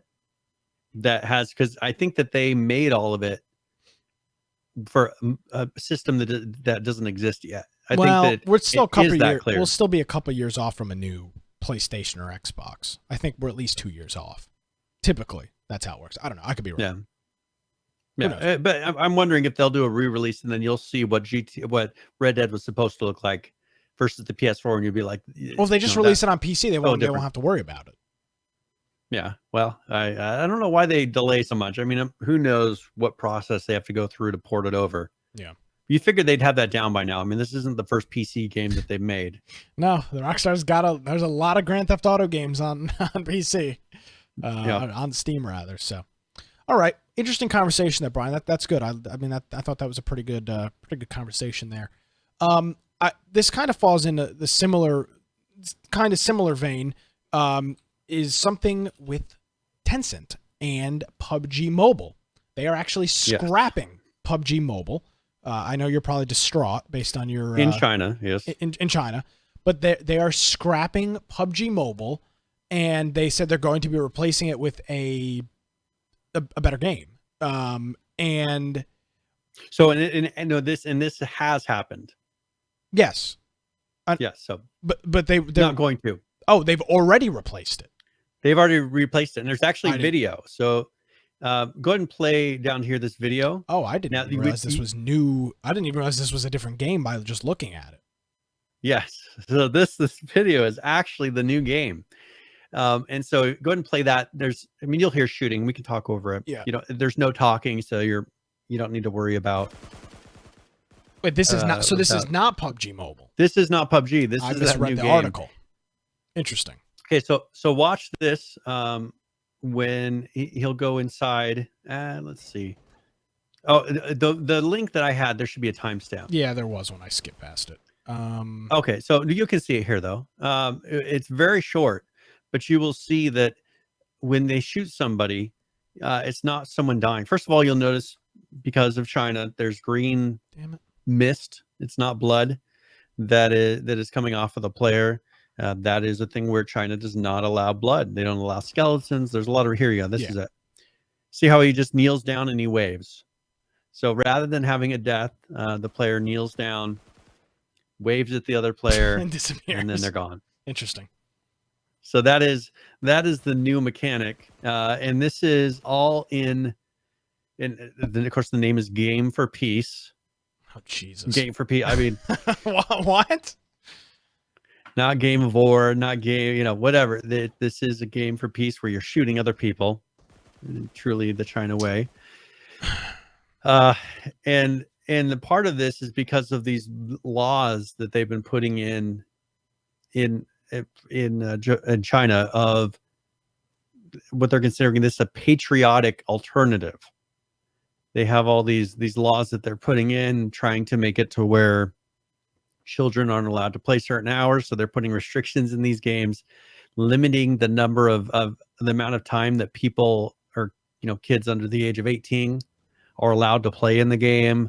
They're taking out all of these what they consider violence, and this is re-released as a different game, and they had to recertify and everything. Yeah, I mean, they're treating it like a new game, but as you can see visually, other than those few little changes, it is PUBG. Yeah. So what I wanted to ask you though is, do you think, or do you see a possibility? I know they replaced it, but these mobile games I don't think are working out. I don't think PUBG and Fortnite Mobile are really. I think in China they are. Well, now I'm not talking about China. I'm talking about in the States now. I don't. Yeah. I don't really know. I don't know who's playing them, and I kind of almost wonder if. Okay, I take that. Okay, listen here though. Okay, fine. I have people that don't have gaming PCs. Yeah. And they say, I play PUBG. That's so really weird. I've never interacted. Actually, that's not true. Our friend Ross has a friend that he told us about. Yeah. And people say, you play PUBG? Really? Yeah, I play on my phone. Okay. See, the problem is I don't have any friends. See, that's what makes it tough. Is if you don't know anybody, how are you supposed to have any? I honest to God, Brian, have never talked to anybody. I'm trying to. I mean, I haven't interacted with anybody that has said I play PUBG or Fortnite Mobile. I've never. I've had a couple people. I've had a couple people that separately, older or younger. I play. They're my age. So older. About my age. Thanks. They're in their 30s. But I mean, not like kids, not like 12 and. I mean, no, they're not kids. And they say I play PUBG and it ends up being that they play PUBG Mobile. I wonder why they're not playing it on the Xbox or PlayStation, because they probably have one of those. I think this almost every casual enough for your average player to where they can just pick it up and play, and they feel like it's a fun game. This game is not as easy on console. There's much more competition, I think, for the casual player.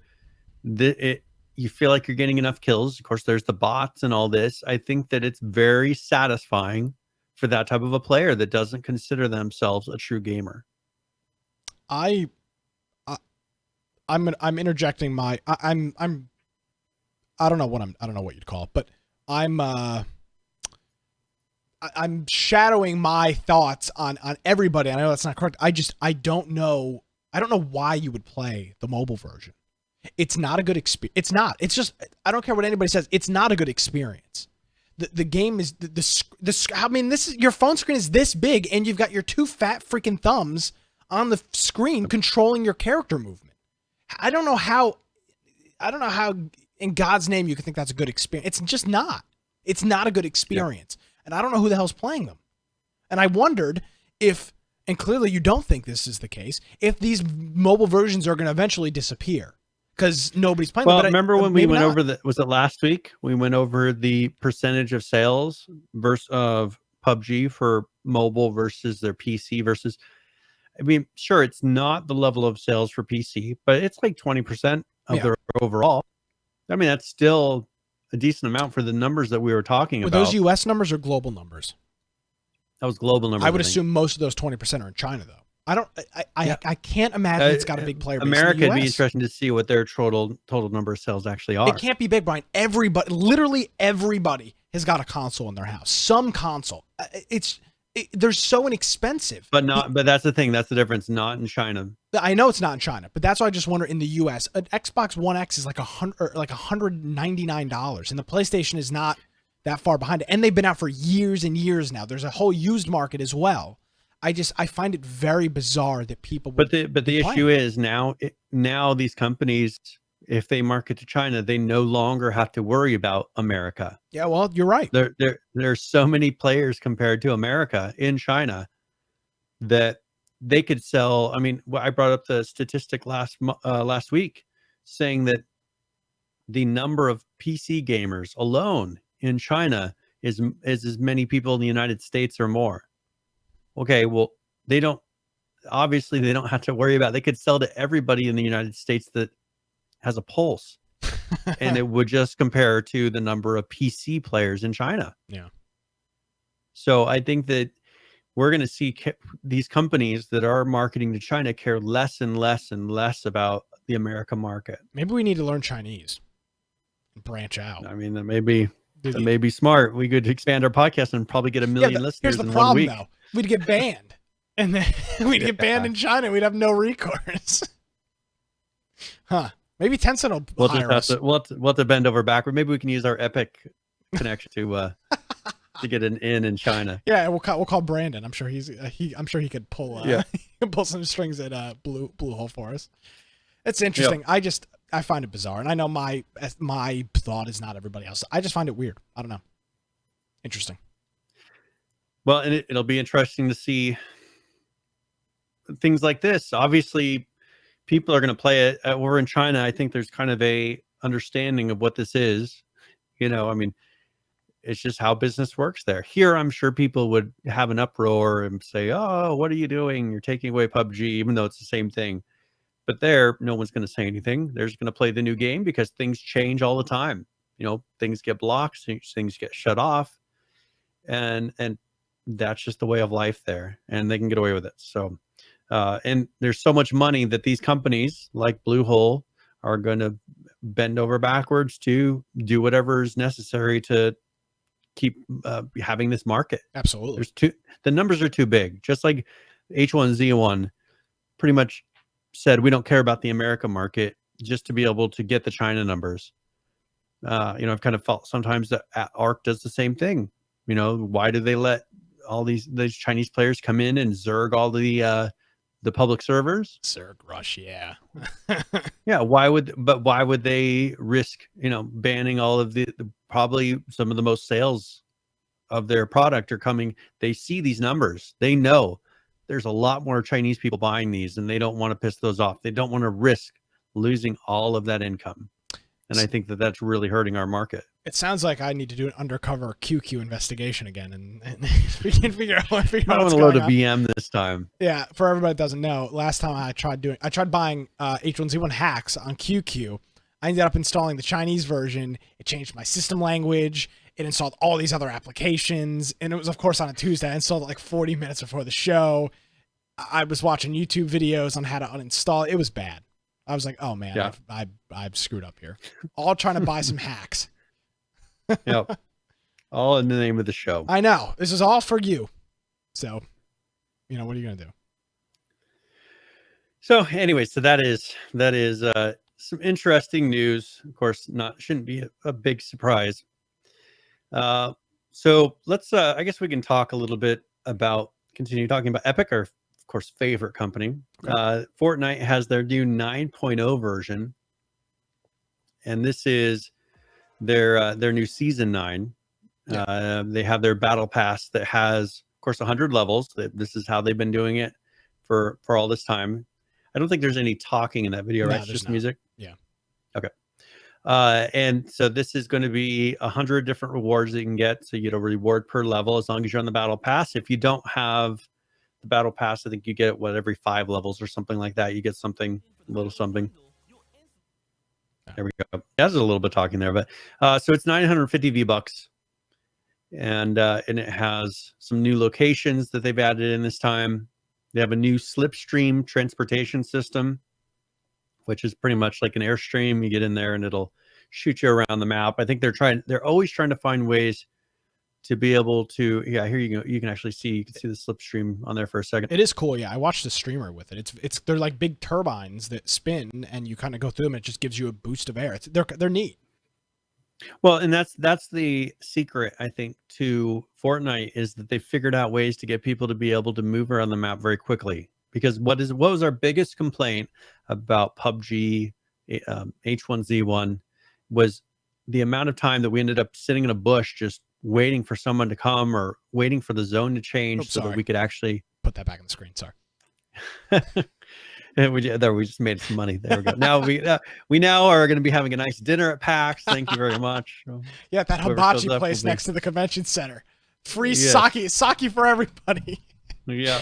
No, but I mean, it was like, we used to complain about this all the time. You'd have to sit down and block out 50 to 60 minutes per, and I know it's a little bit exaggerated, but if that's what it felt like an hour per game, and then you'd get one kill, or excuse me, you wouldn't even get a kill. You get one team kill in all your group, and then you'd have to, and then you'd regroup. I mean, you can literally play a full game of League in that time, and League is a full game. I mean, you're playing a full game in that period, and it was just lame. And that's why H1Z1 had that problem originally. They fixed it, or attempted to fix it, and we won't go any further with that. Fortnite has mastered the hot drop into tilted towers, die in 3-4 minutes, and then respawn and do it over and over and over again. They've mastered it. You can play 40 games in a night if you want, and they've done a very good job. And also the fact that they've added all these methods of transportation, the very talented streamers that have just mastered this game, they can whip around the map so quickly. Yeah, and that it doesn't have that slow feel that a lot of these other games have for these streamers. And so I think that it makes it very streamable, and it makes it entertaining for the people watching it. And so I think that is something that they'll continue to do. They're always looking, with having these portals in the sky and now these slipstreams and everything else. They're always looking for ways to be able to improve that. And also in this, they added the combat shotgun, but didn't they have the combat shotgun before and they took it out? I think remember. They were having issues with it. There was a combat shotgun. There was a combat shotgun. I think they removed it from the game because of, combat shotgun issues like we always saw in H1Z1. But they've added back in. They have a semi-automatic. It has 10 shells. I think they did have a shotgun, but I think they removed one of them because of issues, if I remember correctly. But this will be fire 9 pellets per shot. It's got a tight spread, fast rate of fire, and a headshot multiplier. So we'll see if people rage on Twitter because of this, or if they actually like the shotgun, because we've seen a lot of people get very upset about shotguns. Yes, the ongoing shotgun investigation is something that we've kept our ears to the ground on the shotgun over the past 5 years of doing this program.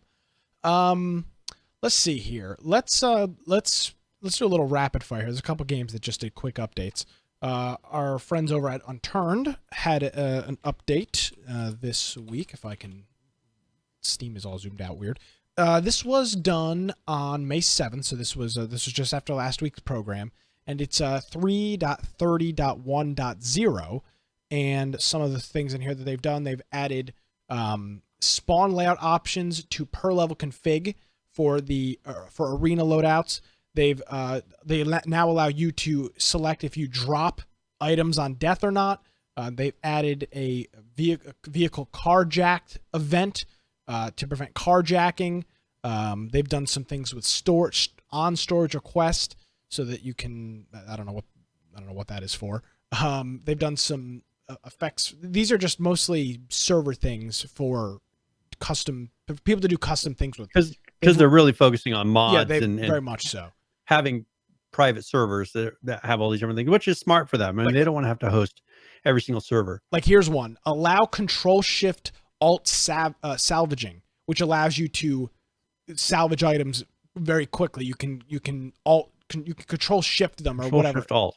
Yeah, something like, well, that's not the actual keyboard command, but there is a way to do bulk salvages. They are allowing people to change that, and you want to talk about RP. This game has got so many configuration options in it, and some of the fixes in here were they fixed validating attached items hash during equipment rather than during attach. They fixed trying to instantiate missing barricade/structure assets. They fixed a kick if server stalled for more than 1 second, which obviously could be a problem. And then they fixed some hashing trees with some object verification and whatnot. So a very technical update, but nevertheless, they've done an update. So there you go. Very good. So one thing I wanted to discuss here is one of our favorite modes that was in Call of Duty. They've actually added in the May 10th update to Call of Duty 4. And that is be careful. Hunt. Call of Duty Black Ops 4. Call of Duty 4 Black is Ops another 4. game. Another total other Call game. Duty, I'm an expert. Okay. COD BO4. BO4. How about that? There we go. BO2. And so they've added Prop Hunt, which we had a lot of fun with World War II doing Prop Hunt. And so they've added this to the Xbox, to the PC, and to the PS4. We'll have to do this for Game of the Week. Yep. Prop Hunt's a lot of fun. Yeah, and that is one of my most favorite modes, and Laura always enjoyed it. Laura actually enjoyed watching me play prop hunt.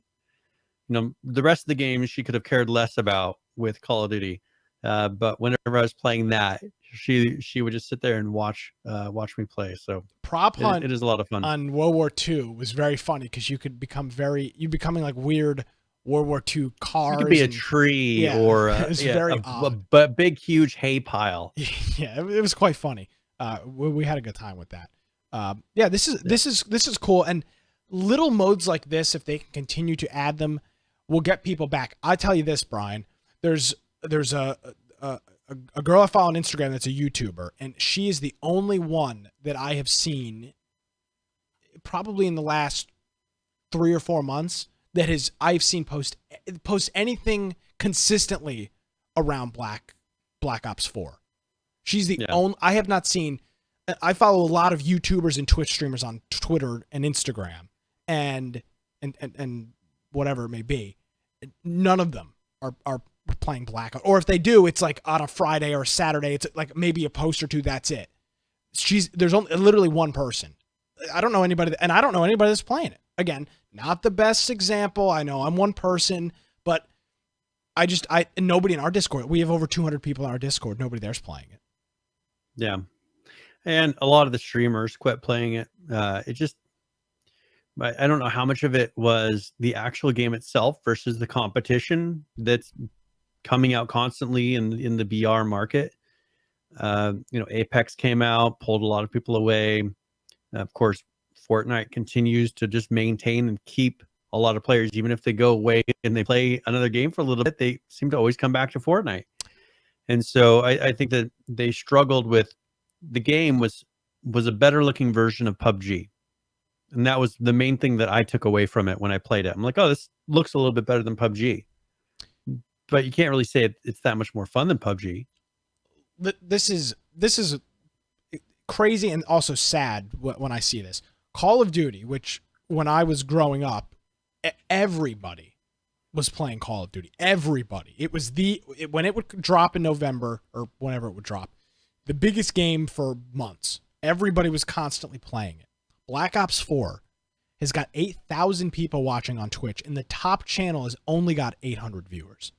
Now, I wish we had 800 viewers in here. My point is to say this is one of the most iconic gaming franchises, modern gaming franchises that's out there. The Call of Duty franchise. Even people that have never touched a controller or a keyboard and mouse for video gaming know the Call of Duty franchise. And the top streamer at almost 9 o'clock Eastern on a Tuesday has got 883 viewers. What is that an indication of? Nobody's playing the game. do you think that it's because they first of all released so many that really the main difference is visual?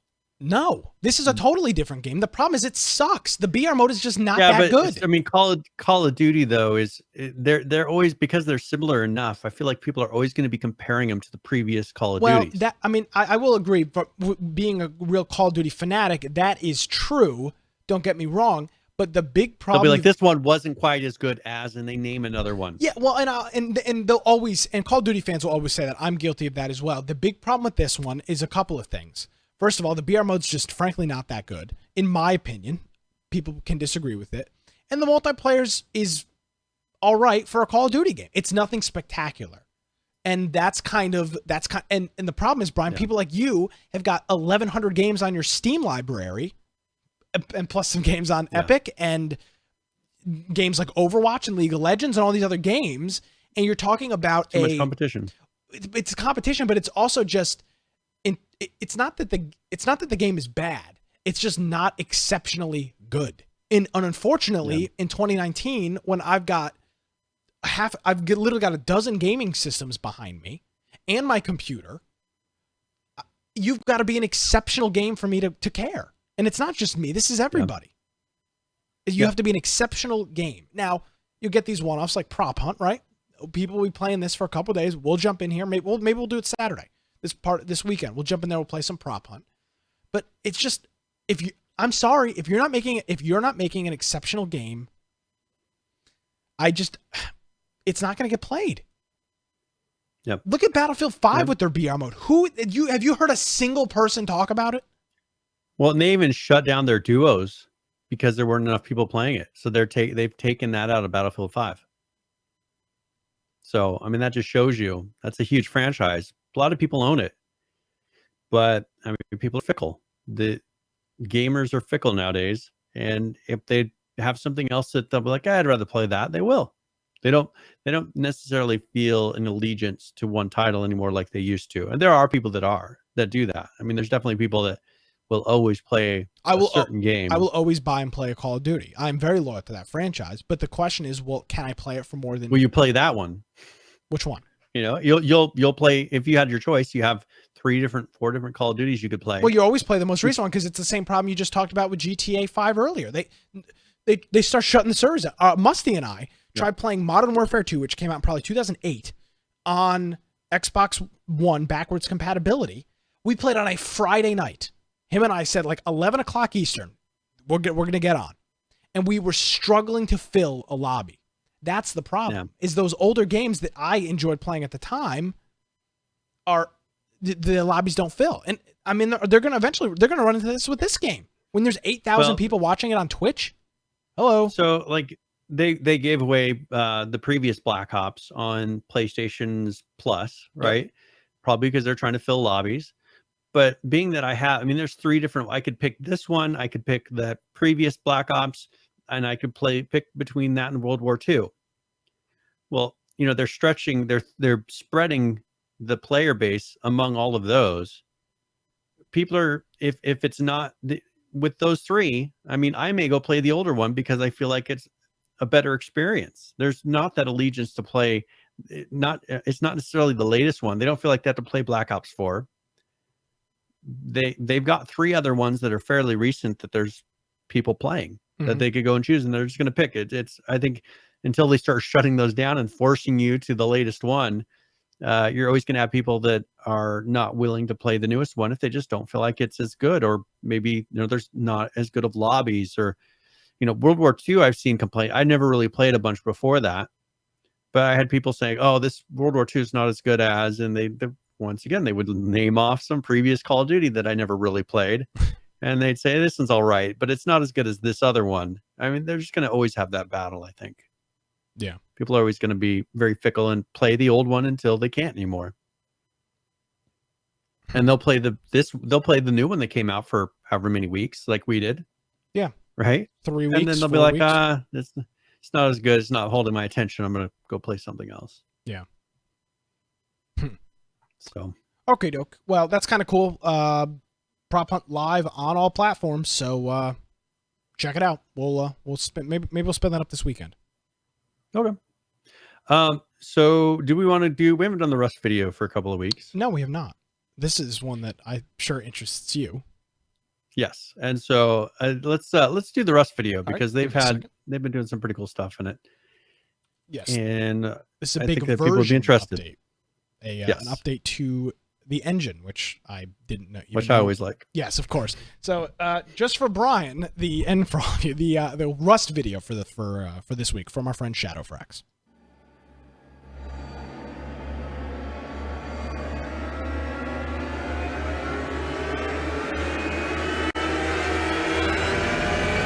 Greetings, survivors and friends. Shadowfrax here, and how are you enjoying your new bow? Some of you like it, and some of you love it. Well, you're only human, and who doesn't like bow skins? Oh, look at that. There are a couple more this week. Well. Oh, that's nice. I think I'm having that. If you can tear your eyes away from them for just a moment, I'd like to tell you about the wonders of Rust development this week. And do I have wonders for you? You may have noticed, if you've had time to actually close down the game and have automatic updates on, that earlier in the week there was a teensy-weensy patch to your client. It was entirely optional, nothing heavy, but it might just have fixed some of the Emperor's new skin icons, whose cloaking devices were still being a little too effective. If you know what I mean. Might want to check you've got that though. Wouldn't want you suffering in silence. Talking of which, it may seem like Rust development is a bit quiet at the moment, but don't let that fool you. Just like a duck swimming on a lake, things may appear calm on the surface, but just under the water it's crapping all over the fish. On Wednesday, it was announced that Unity 2019.1 is finally live on the staging branch, and you're all invited to get on there and break it. Well, not in quite those words, but you get the gist. Basically, if June rolls around and Rust has more bugs than scientists on the large oil rig, then it was your fault for not saying. Now, the big question, of course, is why? Why is Unity 2019 necessary? And what? What does it do? That's also a related question, and the answer to both is we'll probably know soon. It should fix a number of bugs and generally be a lot better, including new features and optimization, because that's all we really want. But the good thing is it doesn't appear to have completely balked things so far, and we've still got a few days to test it. So go! Meanwhile, Gary's been working very hard in his evil underground lair in the West Midlands on a new branch known only as Steamworks 2. You see, Steamworks is something Steam makes for developers to make Steam things work with their Steam games, like skins, which has worked amazingly well so far. But there are a number of other tools, and commits recently have mentioned such things as achievements and the server browser and history. Not sure what'll come out of it, but hopefully things will function even better soon. There were a couple of fixes this week. Firstly, an exploit with Rustage eggs that forced other players to use explosives to destroy them. This was technically a pay-to-win base defense, so it was patched out quickly. Also, static searchlights should no longer be brighter than the sun! A whole slew of textures and effects for weapons are being redone at the moment on a separate branch, and although we'll have to wait and see what improvements it will bring, we should expect a better looking and hopefully better performing collection of shooty sticks. That giant excavator is still being buffed and polished. Looks like it'll be a monster monument when it arrives. And finally, I can show you a couple of models that are in the back end of the game, ready for implementation at some point. Last week, I showed you the Chippy arcade cabinet, which will be a kind of tie-in with one of Facepunch's other games. Although we don't have much to go on right now, I'm hoping will allow you to play a game inside the game. Nice. Stay tuned for more info on this when I get it. And will you look at these? About 6 months ago, I showed you a drone model, but here it is in the flesh, or steel, and I thought you might like to just see it. It's obviously hovering there and ready to be made part of the playable experience at some point. When that point will be, I can't say. But you know your Uncle Shadowfrax will let you know as soon as he gets the scoop. So stick around! Have you watched my new updated backstory video yet? What's that you say? YouTube didn't send you a notification? Shock horror. Well, consider this to be your notification. Go and watch it straight after you finish this one. Right, you're up to date now, so please like this video and subscribe for all sorts of amazing sights and sounds in the future. You can stay informed of when I upload or decide to just spout some random crap over on Twitch, Twitter, Facebook, Discord, and my Steam group. Also, a massive thank you to my patrons who help me keep the wolves from the door while I make these. I shall catch you all soon, but in the meantime, keep calm, stay rusty. Cheerio. All right, sounds like a little under the weather. Shadowfrax sounded very, very Yeah. raspy and smooth on that update. But now, real quick, Brian, I know you've got a hard time out today, but I do want to just like in a minute.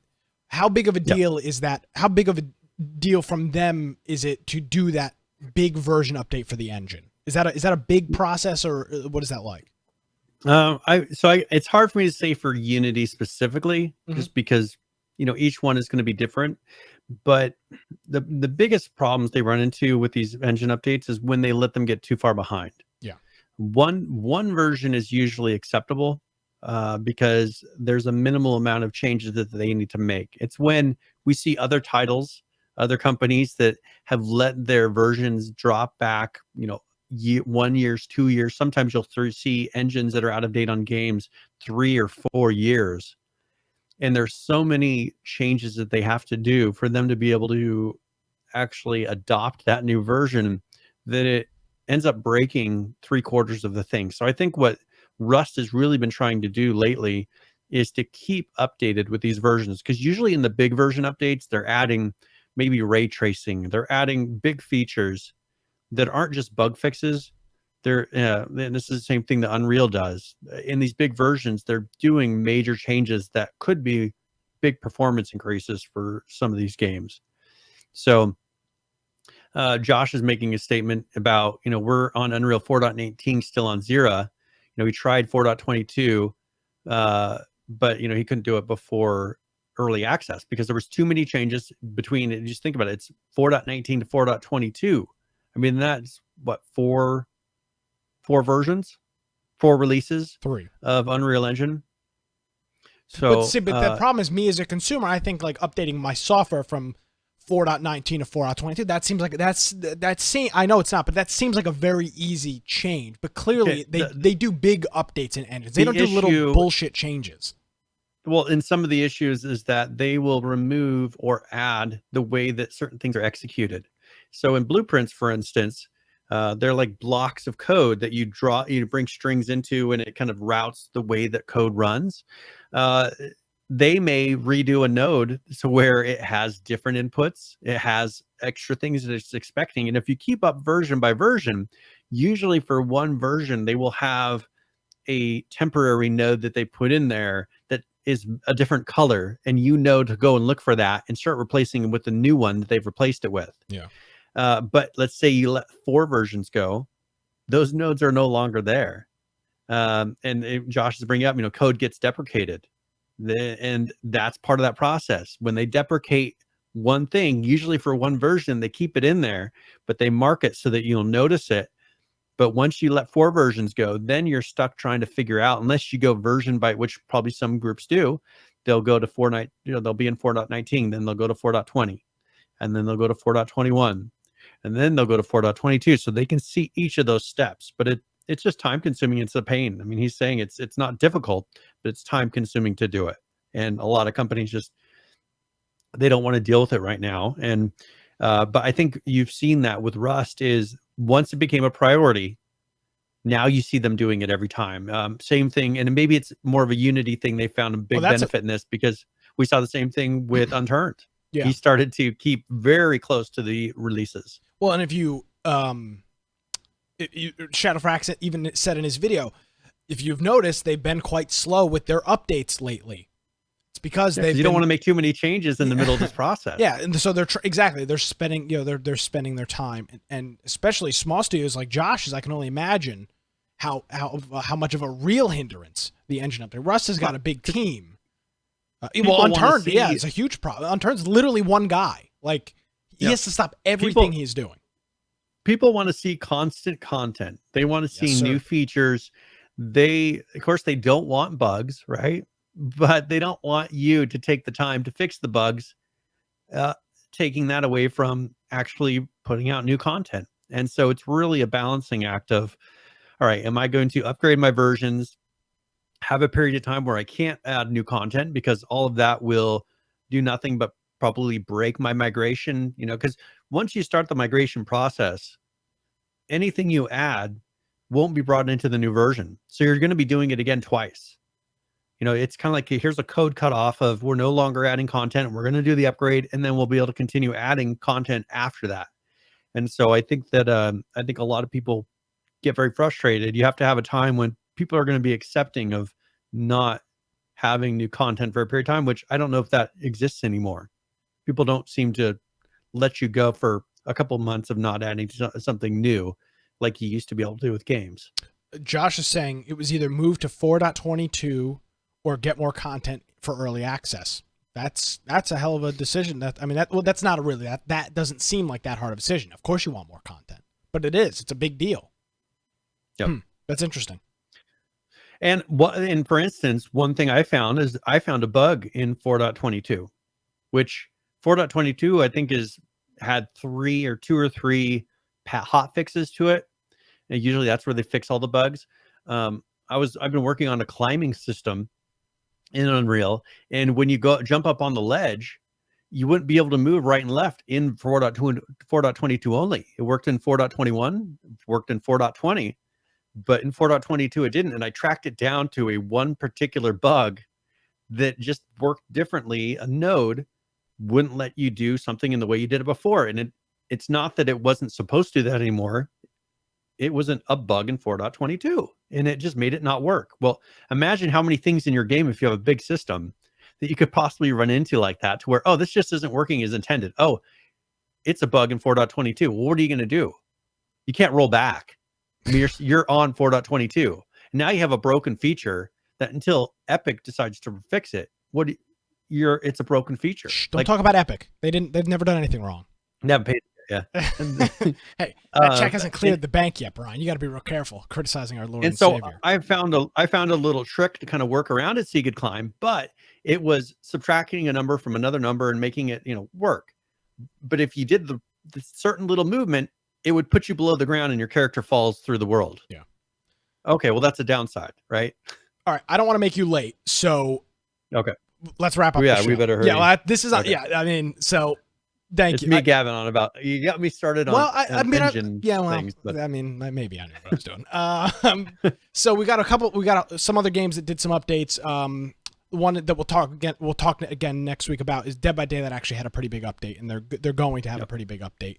Other than that, little game updates. ROE, Atlas Long had Dark patches. Yeah.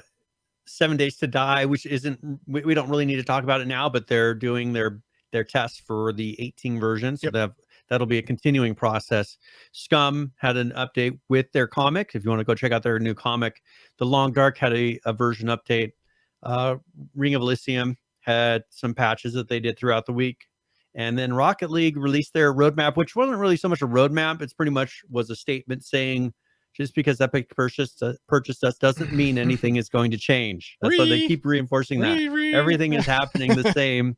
All development is the same. It's just Epic now owns the studio. So, all right. Well, without further ado, let's go ahead and do quick current players. Let's look at games and who is currently playing them. Let's look at Ark. Currently playing 22,468. The 24-hour peak 38,625 with a 7-day peak of 51,986. Let's take a look at Rust. 30,164 people currently playing with a 24-hour peak of 40,230 and the 7-day peak just shy of 60,000, 59,265.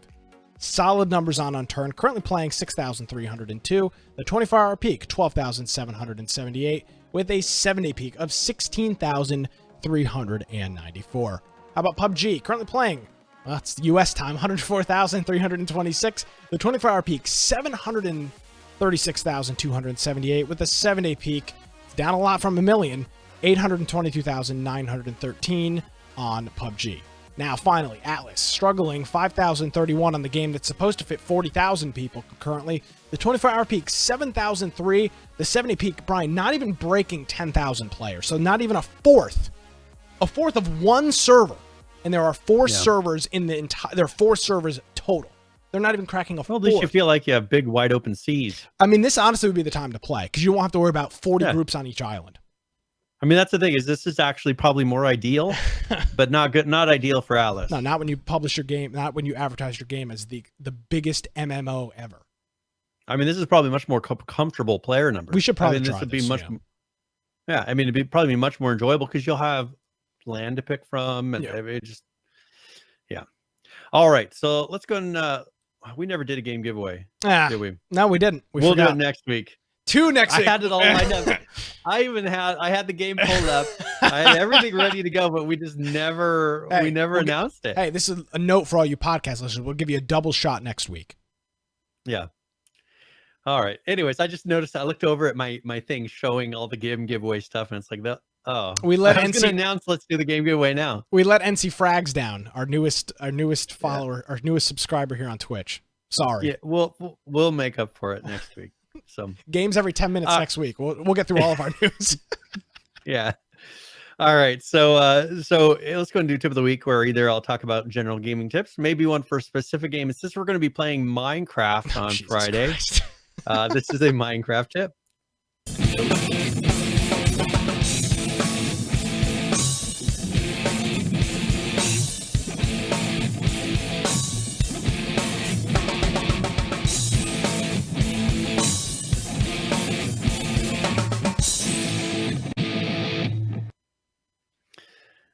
All right, so in Minecraft, I found this kind of useful and interesting thing that maybe you'll never use. But if you're ever looking for directions, as far as maybe being north, south, east, or west, and you don't have a compass on you, one thing you can do is you can actually hit a block, and you look at the directions of the cracks on that block. And if you hit a block on its side, there'll be a crack where one's going straight up, and then you'll have one to the right, and maybe one going straight down.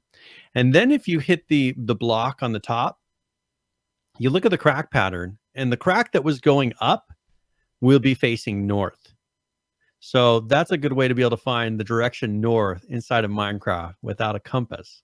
Yeah, you didn't know that, did you? No, and I couldn't care less. No? Or you could actually look at the direction that the sun, moon, stars, and clouds are moving. That sounds like a better idea. And those are heading west. Or if you're even lazier than that, You can press F3. you can press F3 and it'll show you the direction of the Java version. Bonus tip. So, Yeah. Name one of your tools your base coordinates.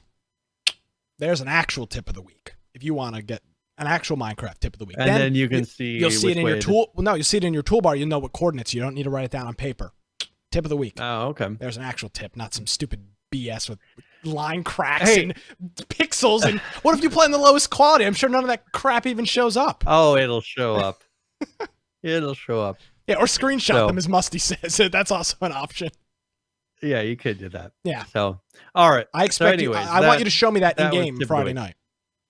All right, we'll do it. And you can set your resolution to the lowest possible, and you can tell me if you see the same Yep, thing. give me the tip. Yeah. All right. So are you ready to roll on out of here? Since Yes, my sir. meeting has started 4 minutes ago. Hey, that's your fault. All right. If you want to find me at Boise Computer on Twitter, of course, my blog, biteoftech.com. Then make sure you go to our website, infectionpodcast.com. And on the upper right-hand side, we have our Discord server. And make sure you join that, because you can submit news topics, you can hang out and chat, and be a part of the Friday night game nights that we do. We have on there our Steam group if you want to get notifications right before the live show starts, and our YouTube channel, our Twitch channel, all the different podcast forms for whatever kind of device that you're using. And then show notes for all now 226 episodes of the show. So if you go on there, make sure you go and check out some of the show notes, subscribe to us on YouTube, follow our Twitch, all the different things you can do to support the show. Alrighty. Well, Brian. And buy everything on Epic. Yeah, of course. Brian, if you want to bounce out of here, I'll just wrap up if you want to do that. Okay, cool. So Very good, thank you, Brian. We'll see you Friday night for some Minecraft. Hopefully you'll join us for that 8:00 Eastern in our server, or in our Discord rather. I do have a whitelist on the server right now. We'll pull that off for Friday night so people can just jump on in. But you feel more than welcome to do that. Of course, if you missed any portion of the show, which would just be terrible, you can head on over to our website. It's infectionpodcast.com. All the links, all the show notes, everything is on there. My name is Nick Craig. You can find me on Twitter at Nicholas M. Craig. Thank you so much for joining us, everybody. Have a great week. We'll see you next time.